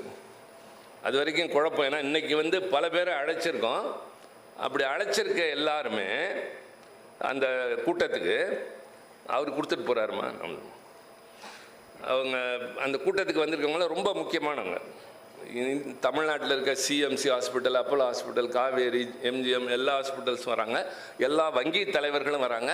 அப்படிப்பட்ட கூட்டமான குழப்பத்தில் இருந்தப்போ இல்லை எனக்கு இன்றைக்கி அறிவுத்திருக்கோயில் தான் அப்படின்னு நான் முடிவெடுத்தது 9:30. அதனால் நான் அவருக்கு தாமதமாக தான் சொன்னேன். சொல்லிவிட்டு நான் என் மனைவியை பற்றி எழுதினதை படிச்சிருக்கீங்களான்னு. ஆண்டுக்கு ஆண்டு இந்த மனைவி நல வேட்பு விழாலாம் நடத்துகிறவர் அதை படிக்கலைன்னாரு. நான் வருத்தப்படல. இப்போ நான் ஒரு இடத்துக்கு போகிறேன்னு வச்சுங்களேன், நான் 50 ஆண்டு காலமாக பொது வாழ்க்கையில் இருக்கிறேன், மேடை பேச்சாளர், 5 தடவை நாடாளுமன்ற உறுப்பினர். அங்கே போகிறப்ப உங்களை எனக்கு தெரியலையே அப்படின்னா நான் கோச்சிக்க மாட்டேன். இவரும் நம்மை தெரிந்து கொள்கிற அளவிற்கு நாம் வளர வேண்டும் அப்படின்னு தான் நினச்சேன். அதுதான் பக்குவமாக இருக்கும். இல்லைன்னா என்ன தெரியாமல் நீ இந்த ஊரில் இருக்கியா அப்படின்னு கேட்கக்கூடாது. நான் அந்த அளவுக்கு நீ பெரிய ஆளாக நான் எடுத்துக்கிட்டானா. அதனால் அந்த ஒரு குழந்தைக்கு கூட நம்மளை பார்த்தா டக்குன்னு தெரியணும் அப்படின்னு. நேற்று ஒருத்தங்க சொன்னாங்க, நான் இப்படி பார்த்துக்கிட்டு இருந்தேன், இப்படி உங்கள் செய்தி வந்தோடனே அந்த கடையில் இருந்தவர், டீ கடையில் இருந்தவர், திருச்சி சிவாவா அப்படின்னு கேட்டார். சொன்னேன், டீ கடைக்காரனுக்கு தான் எனக்கு தெரியும் அப்படின்னு சொன்னேன். அது மாதிரி அவர் கேட்டேன், இல்லை அப்படின்னாரு. சொன்னேன், நான் திருப்பி அனுப்புகிறேன், முடிஞ்சால் உங்களுக்கு அதுக்கான சக்தி இருந்தால், அதாவது டெக்னிக்கல் ஃபெசிலிட்டிஸ் சில ஆள் பலம் இருந்தாலே போகிறோம். நான்லாம் இப்போ நீங்கள் சேலஞ்ச் பண்ணிங்கன்னா 1 ஹவரில் எதை வேணாலும் செய்வேன், இருந்த இடத்துல இருந்தே செய்ய முடியும். ரொம்ப இது பெரிய பேச்சு இல்லை, நம்பிக்கை. இது நடந்தாகணும் அப்படின்னு நினச்சா நான் போகணும் கூட இல்லை, அந்த இடத்துல இருந்த இடத்துலேருந்தே என்னால் இயக்க முடியும், அதை செய்ய முடியும். அது மாதிரி அதனால தான் நாங்கள் அரசியலில் ஓடிக்கிட்டு இருக்கோம். எங்களுக்கு காலில் சக்கரம் கிடையாது, கையில் ரெக்க கிடையாது, என்னை தூக்கி சுமக்க ஆள் கிடையாது. ஆனால் திருச்சி சிவா உங்களுக்கெல்லாம் தெரிந்தவன். இதுவே வெற்றி தானே. அது மாதிரி அவர்கிட்ட சொல்லிட்டு என்ன சொன்னேன், இதை கொஞ்சம் அச்செடுத்து வர்றவங்க எல்லாத்துக்கும் கொடுங்கன்னு சொன்னேன். அவர் ரொம்ப கஷ்டங்க, குறைஞ்சபட்சம் முக்கியமானவங்களுக்கு தரேன். யாருக்காவது கொடுத்தாரா? இல்லை. சரி, இப்போ நான் எழுதினதை இங்கே எத்தனை பேர் யாராவது படித்திருக்குங்க? 1 2 3. சரி சரி சரி. அம்மா எஸ், ஆமாம் ஆமாம், அது கூப்பிட்டேனே படிக்க சொன்னாங்க. இப்போ நான் அதுக்கப்புறம் உங்களுக்கான படிக்கிறேன். சரியா? படிக்கவா? நான் இது தேவை, அதுக்காண்டி படிக்கிறேன். இல்லைன்னா பேசிகிட்டு இருக்கப்போ அதே வேகத்தோடு நான் முதல்ல அப்படி உணர்ச்சி தடுமாறினால அப்பயே முடிச்சிருப்பேன். அது இன்னும் இமோஷனலாக இருக்கும். இப்போ அதுக்காண்டி நான் வரல. இது அவர் அச்சடித்து தராதனால தரேன். இனிமேலாவது கொடுங்க. உங்களுக்கு தான் தொடர்புகள் நிறையா இருக்குல்ல, உங்கள் உறுப்பினருக்கெல்லாம் அனுப்புங்க. நீங்கள் இந்த மாதிரி இன்னொன்று சொல்லிடுறேன், பேச்சு வேதத்தில் மறந்துடக்கூடாது. இந்த மனைவி நல வேட்பு விழான்னு இந்த ஆகஸ்ட் 30 அவரோட மனைவிக்கு, புரியுதா? உங்களுக்கெல்லாம் அவங்க பிறந்த நாள், அவங்க பிறந்த நாள் தான். சரியா? அதை முதல்ல புரிஞ்சுக்கோங்க. அவர் வழிகாட்டிட்டு போயிருக்காரே தவிர எல்லாரும் இந்த நாட்டில் இந்த மனைவியர் தினம், அன்னையர் தினம், நண்பர்கள் தினம் நான் நம்புறதே இல்லை. அது என்ன ஒரு நாள் மட்டும் அன்னையர் தினம்? வாழ்நாள் முழுக்க அன்னைக்கு நாம் கொண்டாடனா வேணும், வாழ்நாள் முழுக்க நண்பர்கள் தினம் தான் வேணும். காதலர் தினம் ஒரு நாள். அது எப்படி? காதல்னா உள்ளத்தில் மலர்ந்துக்கிட்டே இருக்கணும், அவங்கள நினைக்கிறப்பெல்லாம் சிலிர்ப்பு வரணும். அது என்ன காதலர் தினம்? யாரோ அங்கேருந்து பைத்தியக்காரங்க இறக்குமதி பண்ணி இங்கே நடந்துட்டு இருக்கு. ஆக அவர் நல்ல தொடக்கத்தை என்னன்னா, மனைவியை கொண்டாடுங்கள்னு சொல்லிட்டு போயிருக்காருல. இனிமேல் நீங்கள்லாம் என்ன பண்ணுறீங்க, உங்களுக்கு மனைவி நல வேட்பு விழா என்னைக்குன்னா அவங்க பிறந்த நாள் அன்னைக்கு. இங்கே இருக்கிறவங்க அவங்கவுங்க மனைவியோட பிறந்த நாள் தான். ஏன்னாம்மா உங்களுக்காண்டி ஒரு ஆள் இன்னைக்கு வந்திருக்கேன் நான். அதை செய்யலைன்னா அப்புறம் அடுத்த தடவை பேசிக்கோங்க, அது உங்கள் கையில்.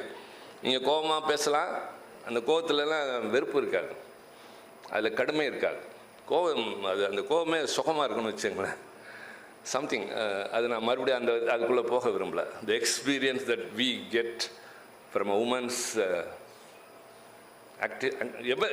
எல்லாமே எடுத்துக்கோங்களேன். எல்லாத்துலேயுமே எல்லாமே இருக்கும். அவங்க கோவப்பட்டால் மட்டும் உரைக்கிறதே இல்லை தெரியுமா சில பேருக்கு. அப்படி தான் சொல்லுவாங்க. ஏன் தெரியுமா? அதில் தீமை இல்லை, அதில் வேறு நோக்கம் கிடையாதுன்றது. அந்த கோவம் என்னை காயப்படுத்தலாம், இருந்தாலும் நான் கவலைப்படல. நல்லா உட்காந்துருக்கேன், இவ்வளோ பேச்சு பேசியா, நீ என்ன வேணாலும் பேசிக்கோ. Because you are not my enemy. நீ எனக்கு விரோதி அல்ல. நீ பேசுகிற வார்த்தைகளில் உண்மை கிடையாது, அதெல்லாம் பொய். அது சும்மா வார்த்தைகள் தானே தவிர அந்த வார்த்தைக்கு வலிமை பொருள் அதெல்லாம் கிடையாத பேசுறது. அதனால் அதை பற்றி ஒன்றும் இல்லை. அவங்க திடீர்னு தீபாவளிக்கு பார்த்தீங்கன்னா, என் கார்லாம் போர்ட்டிகோவில் நிறுத்தக்கூடாது, 4-5 நாள் தூக்கி வெளியே போடுன்றோம். ரோட்டில் நிறுத்தி எங்கே வேணாலும் போய் நிறுத்திக்கோ. எதுக்குன்னா போர்ட்டிகோவில் தான் பலகாரம் பண்ணுவாங்க. ராத்திரி பகலாக ஒரு 2-3 பேரை வச்சுக்கிட்டு அந்த அம்மாவே செய்வாள், என்னன்னதோ பண்ணுவாள். பண்ணிவிட்டு நான் ராத்திரி 1:30-2 மணிக்கு வருவேன். இதை சாப்பிட்டு பாருங்கள், அறிவு இருக்கா இந்நேரத்தில்? அது இருக்கட்டும், இதை சாப்பிடு. நீங்கள் சாப்பிட்டு சொல்லணுன்னா நான் அப்படியே வச்சுருக்கேன். ஐயா அப்படி கிள்ளிட்டு இதுக்கு தான் உட்காந்துருந்தேன் சாமி, இதுக்கே இவ்வளோ கோச்சிட்டு போங்க போய் படுங்க அப்படி. அது செஞ்சு அப்புறம் வச்சு யார் யார் கொடுக்கணும்லாம் எழுதி வச்சு அதை எல்லாத்துக்கும் அனுப்புவாங்க. இப்போ கூட பல பேர் சென்னையில் திரைத்துறையில் இருக்கிறவங்க பல பேர்லாம் அந்த மாதிரி செஞ்ச மாதிரி இது வரைக்கும் வரலையே அப்படின்னு சொல்லுவாங்க. நான் இப்போ செய்கிறேன், ஒரு ஆளை வச்சுக்கிட்டு செய்கிறேன். ஏன்னா அந்த லெகசி, அந்த பழக்கம் தொடரணும்னு. அந்த அம்மா இல்லைங்களா, அதனால் நான் இதெல்லாம் செய்கிறதில்ல, நான் தீபாவளியெல்லாம் கொண்டாடுறதில்ல, அதெல்லாம் கிடையாது. பண்டிகைங்கிறது எல்லாரும் ஒன்று கூடி மகிழ்ச்சியாக இருக்கிற நாளே தவிர அதுக்கு காரணம்லாம் கண்டுபிடிச்சிட்டு இருக்கக்கூடாது. எனக்கு அதில் கருத்து வேறுபாடு உண்டு. அதனால் ஆள் வச்சு செஞ்சு எல்லாத்துக்கும் கொடுத்துக்கிட்டு இருக்கோம். இப்போ எண்ணிக்கை கூடுது. ஒரு தீபாவளிக்கு முன்னாள் திடீர்னு ஒரு நாள் என் பொண்ணு அவங்க டாக்டர் சொன்னாங்க, அப்பா அம்மாவை ஒரு நல்ல டாக்டர்கிட்ட பாம்பேக்கு போயிருந்தேன், கூட்டிகிட்டு போங்க. பாம்பேக்கு அவங்களையும் கூட்டிகிட்டு போங்க. நான் சொன்னேன் இல்லையா, நான் அவங்க இருந்த வரைக்கும் 3 தடவை நாடாளுமன்ற உறுப்பினராங்க. 3 தடவை என்றால் 15 வருஷம் 12 வருஷம் 14 வருஷம்னு வச்சுங்களேன். 3 தடவை தான் டெல்லிக்கு வந்திருக்கா. அதுவும் ஒவ்வொரு நாள் வந்துட்டு அங்கே இருக்கிறத விட இங்கே டென்ஷனாக இருக்காரியா, இவர் கூட இருக்கு, திரும்பி போயிடுவாங்க. அந்த முறை நான் பாம்பேக்கு போகிறப்ப என் மகள் சொன்னார், அவரை கூட்டிகிட்டு போங்க. என்னம்மா? இல்லை நீங்கள் கூட்டிகிட்டு போங்க. சரி. அங்கே போனோன்னா யார் மூலமாக மருத்துவமனைக்கு போனால் ஜெயபிரதா மூலமாக போகணும். அவங்க என்னுடைய சகா. போய் பார்த்தோன்னா அந்த டாக்டர் என்ன சொல்கிறாரு, உங்கள் ஊரில் இருக்க டாக்டர்கிட்ட போய் காட்டுங்க. ஏய், what is wrong with you? என்ன உனக்கு? ஒன்றும் இல்லைங்க. இங்கே டெஸ்ட் பண்ணால் அப்போ தான் தெரியுது மார்பக புற்றுநோய், ஃபஸ்ட்டு ஸ்டேஜுன்ட்டாங்க. அப்போ ஒன்றும் அவசரம் இல்லையா? அந்த அம்மா கேட்குறா, என்னங்க அவசரம் இல்லை, ட்ரீட்மெண்ட் ஆரம்பிக்கணும், சர்ஜரி பண்ணணும், தீபாவளி முடியட்டும் அப்படின்னு சொல்லிவிட்டு தீபாவளிக்கு பலகாரம்லாம் செஞ்சுட்டு அதுக்கப்புறம் தான் போய் மருத்துவமனையில் அனுமதி ஆனாங்க. ஆப்ரேஷன் பண்ணாங்க. பண்ணிவிட்டு பயாப்சி, உங்களுக்கெல்லாம் தெரியும், அனுப்புகிறாங்க. பயாப்சி ரிப்போர்ட் வருது. என்ன வருது தெரியுமா? எல்லாமே நெகட்டிவ்னு வருது. அப்போ நான் மருத்துவம் நீங்கள் தெரிஞ்சுக்கணும், பெண்கள்லாம் தெரிஞ்சுக்கணும். இப்போ நான் எங்களுடைய நாடாளுமன்ற கூட்டத்திலே பேசிக்கிட்டு இருக்கேன். எல்லாமே நெகட்டிவ்னு ரொம்ப சந்தோஷம் doctor. Sir, you are unfortunate. என்னங்க, ஏதாவது ஒன்று பாசிட்டிவாக இருக்கணுங்க, அப்போ தான் வியாதி எதுன்னு எனக்கு தெரியும். நான் டார்கெட் பண்ணணுன்னாக்கா அது பாசிட்டிவாக இருக்கணும். எல்லாமே நெகட்டிவ்னா ஐ எம் பிளைண்ட், நான் எப்படி ட்ரீட் பண்ணுவேன்? அதுக்கு பேர் சார், அவர் சொல்கிறார், ட்ரிப்பிள் நெகட்டிவ்னு பேர். அந்த ட்ரிப்பிள் நெகட்டிவ் யாருக்காவது தான் வரும். அதனால் கொஞ்சம் சிரமப்பட்டு தான் குணப்படுத்தணும். அதெல்லாம் சரியில்லை, நான் பார்த்துக்கிறேன், கீமோதெரப்பி தான் நான் ஆரம்பிங்க. அந்த மாதிரி ரொம்ப தைரியமாக பேசுகிறான். நான் அமெரிக்காவில் இருக்கிற எனக்கு தெரிஞ்ச ஒரு பெரிய டாக்டர்கிட்ட அனுப்புகிறேன். அங்கேருந்து என்ன பதில் வருது தெரியுமா? If it is triple negative, early death or repulsive is inevitable. ஒன்று சீக்கிரமாக ஆகும், இல்லைன்னா திருப்பி வந்துக்கிட்டே இருக்கும். அப்புறம் சாந்தா மாட்ட போகிற அடையாறில் பார்த்த உடனே தூக்கி போட்டாங்க. என்னைக்கோ போக வேண்டியதுங்க, இது மாதிரி என்னங்க இப்படி டாக்டர் பேசுகிறீங்க? ட்ரிபிள் நெகட்டிவ் அப்படி தான் சார். ஒரு தீபாவளிக்கு வந்தது பாருங்கள், அடுத்த ஆகஸ்ட் வரைக்கும் கூட வரல. ஸ்டேஜ் 1 சர்ஜரி பண்ணாங்க, கீமோதெரப்பியெல்லாம் பண்ணிக்கிட்டே இருக்காங்க. இன்னொரு டெஸ்ட்டு பண்ணுங்கன்ற, எதுக்கு இப்போ அவசரங்கிறாங்க, பார்த்தா லங்ஸுக்கு வந்துடுச்சு. அப்புறம் ஸ்பைனுக்கு போகுது, அப்புறம் வலி ஆரம்பிக்குது. அதை பற்றி தெரியாதவங்களுக்கு சொல்கிறேன். அந்த நோயில் அண்ணா கடைசி நாட்களில் யாரையுமே பார்க்க அனுமதிக்கலை. KR ராமசாமி பார்த்தவங்க சொல்லியிருக்காங்க என்கிட்ட, நாஞ்சிலார் மாதிரி ஆட்கள். நான் சில பேரை பார்த்துருக்கேன். அந்த வலி பாருங்கள், உலகத்தில் மோசமான மனிதனுக்கு கூட வரக்கூடாது. நான் எதிரிக்கலாம் சொல்ல மாட்டேன், உலகத்தில் மோசமான மனிதனுக்கு கூட அது வரக்கூடாது. அந்த வலி, அவங்க துடிக்கிற துடி பாருங்கள். மார்ஃபைன் அப்படின்னு ஒரு மருந்து கொடுப்பாங்க, அது போதை மருந்து. அதை மருந்தாக கொடுப்பாங்க, ட்ரக், இட்ஸ் அ ட்ரக். 10 mgயில் ஆரம்பித்து 150 mgக்கு போகுது. ஆளை பார்த்த உடனே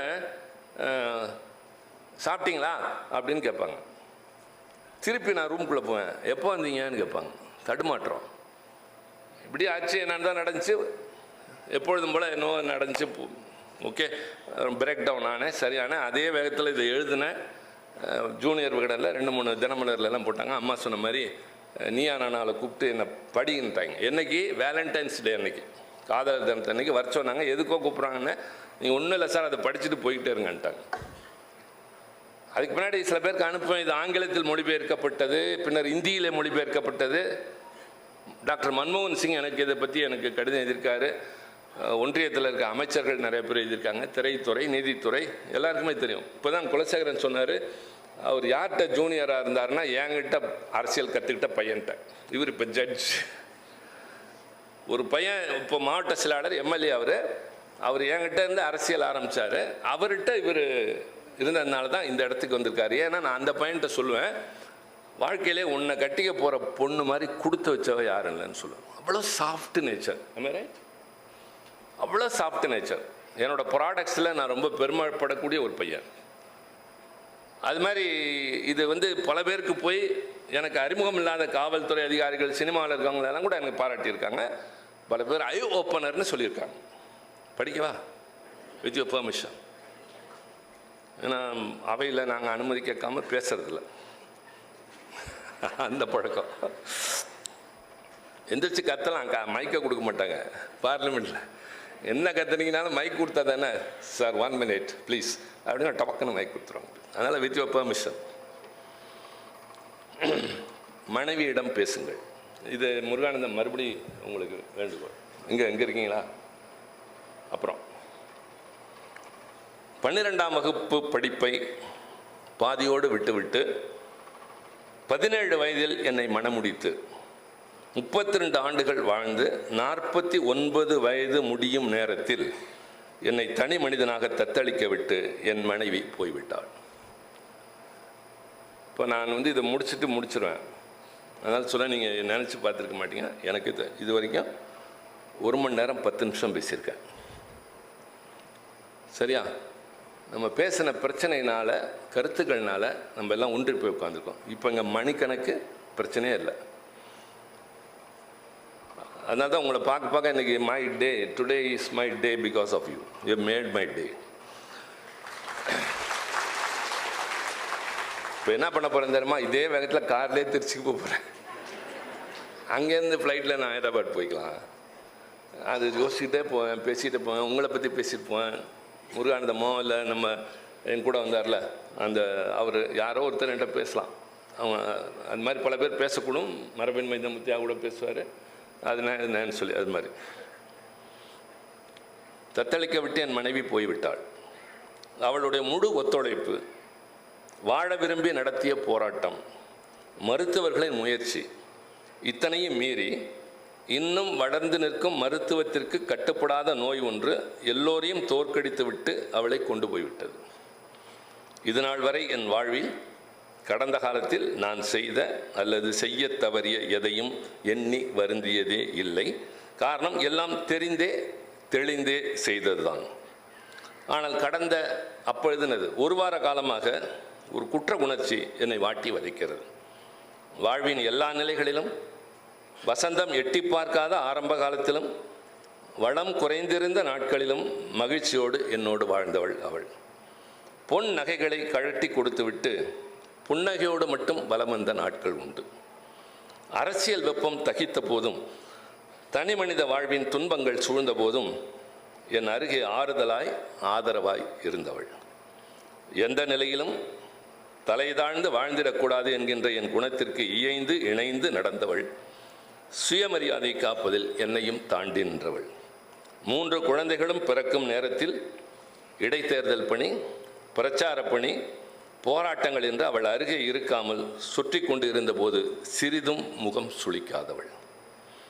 1982 செப்டம்பர் 15 முரசொலியில் என் கண்கள் உன்னை தேடுகின்றன என்று கலைஞர் எழுதிய கடிதம் உங்களுக்காகவே என சொல்லி நிறைமாத கர்ப்பிணியாக இருந்த என்னை பெரியகுளம் இடைத்தேர்தலுக்கு அனுப்பிவிட்டு செப்டம்பர் 17 குழந்தை பிறந்து 2 நாட்கள் கடந்து 19ஆம் தேதி நான் பார்க்க வந்தபோது ஒரு சிறிதும் முகம் சுழிக்காமல் 1 மணி நேரத்திலேயே என்னை மீண்டும் தேர்தல் களம் அனுப்பி வைத்த கற்பனை செய்ய முடியாத குணம் கொண்ட குலமகள்.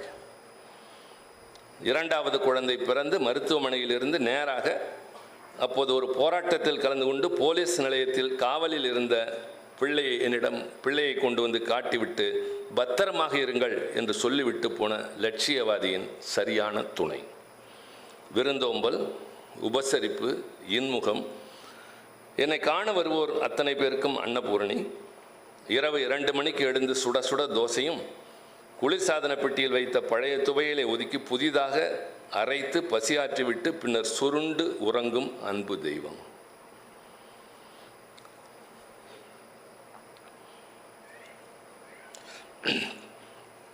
தாய் போன துயரம் தெரியாமல் தாயின் இடத்தையும் நிரப்பி ஒரு பொழுதும் எதன் பொருட்டு முகம் வாடுவது பொறுக்காமல் துடிக்கும் உள்ளம் கொண்ட உத்தமி. பொது வாழ்க்கையில் நான் நெறி பிறடாமல் நடப்பதற்கு பெரிதும் துணையாய், ஊக்கமாய், பக்கபலமாய் இருந்தவள். பண்டிகைகளும் திருநாள்களும் கோலாகலமாய் கூட்டம் கூட்டமாக கொண்டாடுவதற்கு அவள் எடுத்துக்கொள்ளும் முயற்சிகளும் காட்டும் ஆர்வமும் அளவிட முடியாதவை. இத்தனை கருத்துக்களை அவள் மீது நான் கொண்டிருந்தேன். ஆனால் ஒரு நாளும் வாய்விட்டு வார்த்தையில் சொல்லியதே இல்லை. ஆண் செருக்கு என்பார்கள், நிச்சயமாக அது இல்லை. இருந்திருந்தால் இந்த உறுத்தல் கூட இப்போது வந்திருக்காது. நேரமில்லை என்பார்கள், பொய். 32 ஆண்டுகளில் 10 நிமிடம் கூடவா கிடைக்காமல் போயிருக்கும். தானாகவே புரிந்து கொள்வார்கள் என்பார்கள் என்றால் மொழி எதற்கு? மொழியின் வழியில் அதற்கு ஒரு பொருளுக்கு பல சொற்கள் எதற்கு? பேசுவதற்குத்தானே, உணர்த்துவதற்குத்தானே. ஒரு சொல் 1000 புரிய வைக்குமே. காலம் கடந்து பயன்படுத்தினால் பயனற்று போவது பதார்த்தங்கள் மட்டுமா? வார்த்தைகளும் தான். சரியான நேரத்தில் வெளிப்படுத்தாவிட்டால் மன்னிப்பு, நன்றி, காதல் என்று எந்த சொல்லுக்கும் உயிர் இருக்காது, விளைவும் இருக்காது. இத்தனை கற்றும் கடமை தவறியதாகவே கருதுகிறேன். ஒரு நாள் ஒரே ஒரு தடவை தனியாக அவளிடம், உன்னால் தான் நான் உயர்வு பெற்றேன் என்று கூட அல்ல, உன்னால் தான் இந்த பிரச்சனை தீர்ந்தது, உன் துணைதான் இந்த துன்பமான நேரத்தை கடக்க வைத்தது, உன் ஆலோசனை தான் என் குழப்பத்திற்கு தீர்வு தந்தது, என் வேதனையை பகிர்ந்து கொண்டு என்னை லேசாக்கினா என்று ஒரு முறையாவது கூறியிருந்தால் எவ்வளவு மகிழ்ந்திருப்பாள். கோடி ரூபாய் கொட்டி கொடுத்தாலும் கிடைக்காத உற்சாகத்தை அடைந்திருப்பாளே. ஊட்டிக்கு பொதுக்கூட்டத்திற்கு சென்றிருந்த நேரத்தில் அவளின் உடல்நலம் மோசமடைவதாக செய்தி கிடைத்து வரும் வழியெல்லாம் இப்படியே யோசித்து இன்று அவளிடம் எப்படியும் உள்ளத்தை திறந்து இத்தனை நாள் சேர்த்து வைத்திருந்ததையெல்லாம் கொட்டிவிட வேண்டும் என்று வந்து பார்த்தால் முற்றிலும் நினைவிழந்து மருத்துவமனையில் படுத்திருக்கிறாள். நினைவு திரும்ப வாய்ப்பே இல்லை என மருத்துவர்கள் உறுதியாக சொன்னபோது மெல்ல அவள் காதருகே குனிந்து மும்தாஜை ஷாஜகான் தாஜ் என்று தனிமையில் அழைத்ததைப் போல தேவிகா ராணியை தேவி என அழைத்தபோது 3வது அழைப்பில் மருத்துவத்தை கடந்த அதிசயமாக புருவங்கள் 2ம் என்ன என்று கேட்பது போல மேலே உயர்ந்து வலது விழியோர் ஒரு துளி கண்ணீர் உருண்டோடிய போது நான் உடைந்து போனேன். பேசியிருக்க வேண்டிய நாட்களில் மனதில் கொள்ளையா இருந்தும் பேசாமலே வீணாக்கி உணர்வுகள் இழந்து கிடந்தவரிடம் அழுது இன்று அவள் படத்திற்கு முன் உட்கார்ந்து கதறுகிறேன். வருகிற இடமெல்லாம் அவள் உயர்வுகளை நாளெல்லாம் உரைக்கிறேன். ஒரே ஒரு முறை அவள் கம்பீரமாய் உலவிய நாட்களில் உட்கார வைத்து பேசியிருந்தால் இவர் நம்மை முழுதாக புரிந்து கொண்டாரோ இல்லையோ என்ற குழப்பத்திலேயே போயிருப்பாளோ என்று நாளும் துடிக்கிறேன். எனக்கு ஆறுதல் கூற வந்தவர்கள் வருத்தப்படாதீர்கள், இதெல்லாம் அவர்களுக்கு சொல்லாமலேயே புரிந்திருக்கும் என்று சமாதானப்படுத்தினார். அதில் தலைமையானவர் EVKS இளங்கோவன். நான் அவரிடம் கேட்டேன், நீங்களோ நானோ பொதுக்கூட்டத்தில் பேசுகிற பொழுது நம்முடைய பேச்சு சிறப்பாக இருந்ததோ இல்லையோ என்பதை கூட்டத்தில் எழும் கரவொலி மூலம், முகக்குறிப்பின் மூலம், ஆதரவாளரின் மூலம் உணர்ந்து கொள்ள முடிகிறது. ஆனாலும் நிகழ்ச்சி முடிந்து காரில் ஏறியவுடன் உடன் பயணிப்பவர்கள் அந்த உரை குறித்து ஏதாவது சொல்ல வேண்டும் என ஏன் எதிர்பார்க்கிறோம்? பாராட்டினால் பரவசம் அடைகிறோம். அது பற்றி எதுவுமே பேசாமல் கூட வருபவர்கள் அமைதி காத்தால் கோபம் கொள்கிறோமே ஏன்? அதுபோலத்தான் வீட்டில் இருக்கிற பெண்களும் தங்கள் செயல்களுக்கும் சேவைகளுக்கும் பணிகளுக்கும் ஒரு வார்த்தை அன்பாக கனிவாக பாராட்டு சொல்லாக கணவன் சொன்னால் மகிழ்வார்கள். இதில் நாம் இழப்பது எதுவும் இல்லையே என்று சொன்னேன்.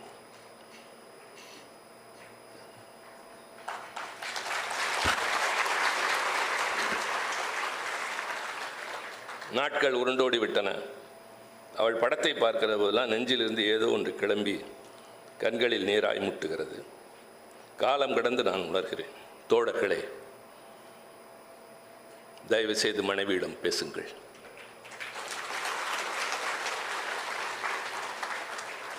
அவர்களின் துணையினை, அன்பினை, பொறுப்பினை, பொறுமையினை, பெருமையினை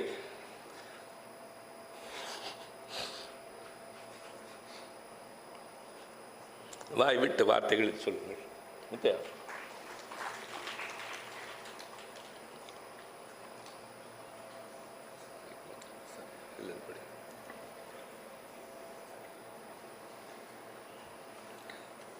என் மனைவிக்கு என்னை உணர்த்தாமலே, என் உள்ளத்தை திறக்காமலே, பேச்சை தொழிலாக கொண்டவன் பேசி மகிழ வைக்காமலேயே அனுப்பி வைத்த கொடுமை இனி வேறெங்கும் நிகழ வேண்டாம்.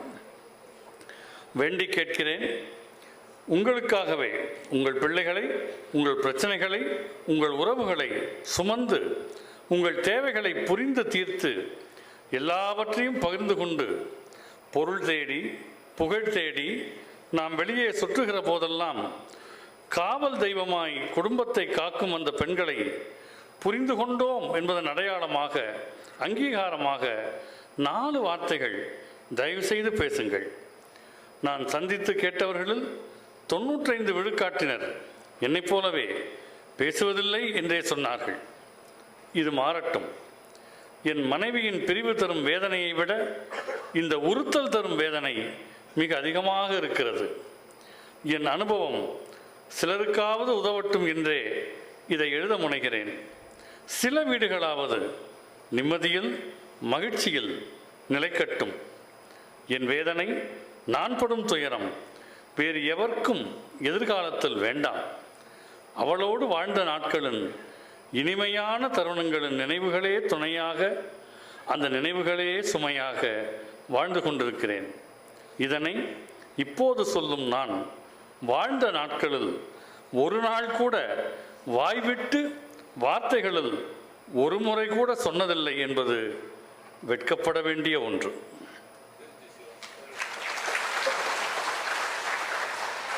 திருச்சி சிவா அவர்களுடைய இந்த கட்டுரை பல பேருடைய வாழ்வில் ஒரு மாற்றத்தை ஏற்படுத்தட்டும். உட்கார். வாழ்க வளமுடன்.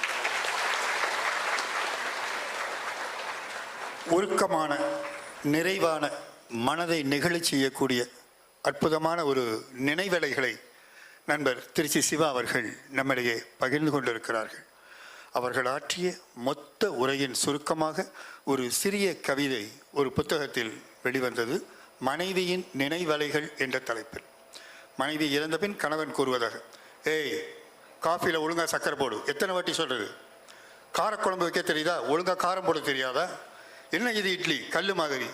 இப்படியெல்லாம் உன்னிடம் எளிதாக கோபப்பட்டு விட முடிந்த என்னால் நீ போன பிறகு வாழக்கூடிய நாட்களில் பசிக்கிறது என்று யாரிடமும் கேட்க முடியவில்லை, பசிக்கிறதா என்று கேட்கவும் ஆளில்லை. அந்த உருக்கமான ஒரு கவிதையின் விரிவான பகுதியாக ஐயா அவருடைய இந்த கடிதம் உரை அமைந்திருந்தது. ஐயா அவர்களுக்கு மனமார்ந்த நன்றியை நம் அனைவர் சார்பாகவும் வாழ்த்துக்கள் மூலமாக தெரிவித்துக் கொள்வோம். அனைவரும் ஓகே. இது வாழ்க வளமுடன். நண்பர் திருச்சி சிவா அவர்கள், நண்பர் திருச்சி சிவா அவர்கள், நண்பர் திருச்சி சிவா அவர்கள், வாழ்க வளமுடன், வாழ்க வளமுடன். நாங்கள் போய் உட்காருங்கம்மா, அப்புறம் பேசிக்கலாம். உட்காரு. வாழ்க வளமுடன். இப்பொழுது எழுந்திருந்து கைதட்டுங்கன்னு யாரும் சொல்லலை, ஆனால் எல்லாரும் எழுந்திரிச்சோம். காரணம், அவர் ஆற்றிய உரை உதட்டிலிருந்து வந்ததல்ல, உள்ளத்திலிருந்து வந்தது. நன்றி நண்பர் திருச்சி சிவா அவர்களுக்கு.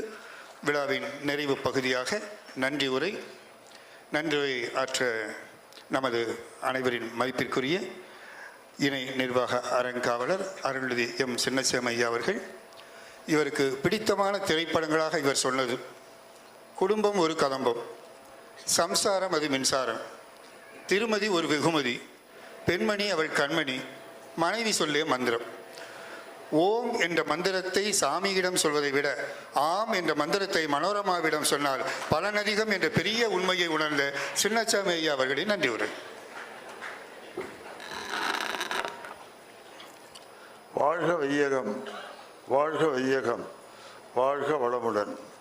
குரு வாழ்க, குருவே துணை. போற்றுதலுக்கும் வணக்கத்திற்கும் உரிய ஆசான் அருட்தந்தை அவர்களின் பொற்பாதங்களை வணங்கி எனது நன்றி உரையை தொடங்குகின்றேன். இன்று அன்னை லோகாம்பாளின் 110வது பிறந்தநாள் விழாவை அருட்தந்தை அவர்கள் தனது மனைவிநில பிறந்தநாளை மனைவிநில வேட்பாக கொண்டாட வேண்டும் என்று தொடர்ந்து செய்து கொண்டு வருகிறோம். அந்த வகையிலே இன்று சிறப்பாக நமது அருவி திருக்கோவிலில் மிக சிறப்பாக நடந்து கொண்டிருக்கின்ற இந்த வேளையில்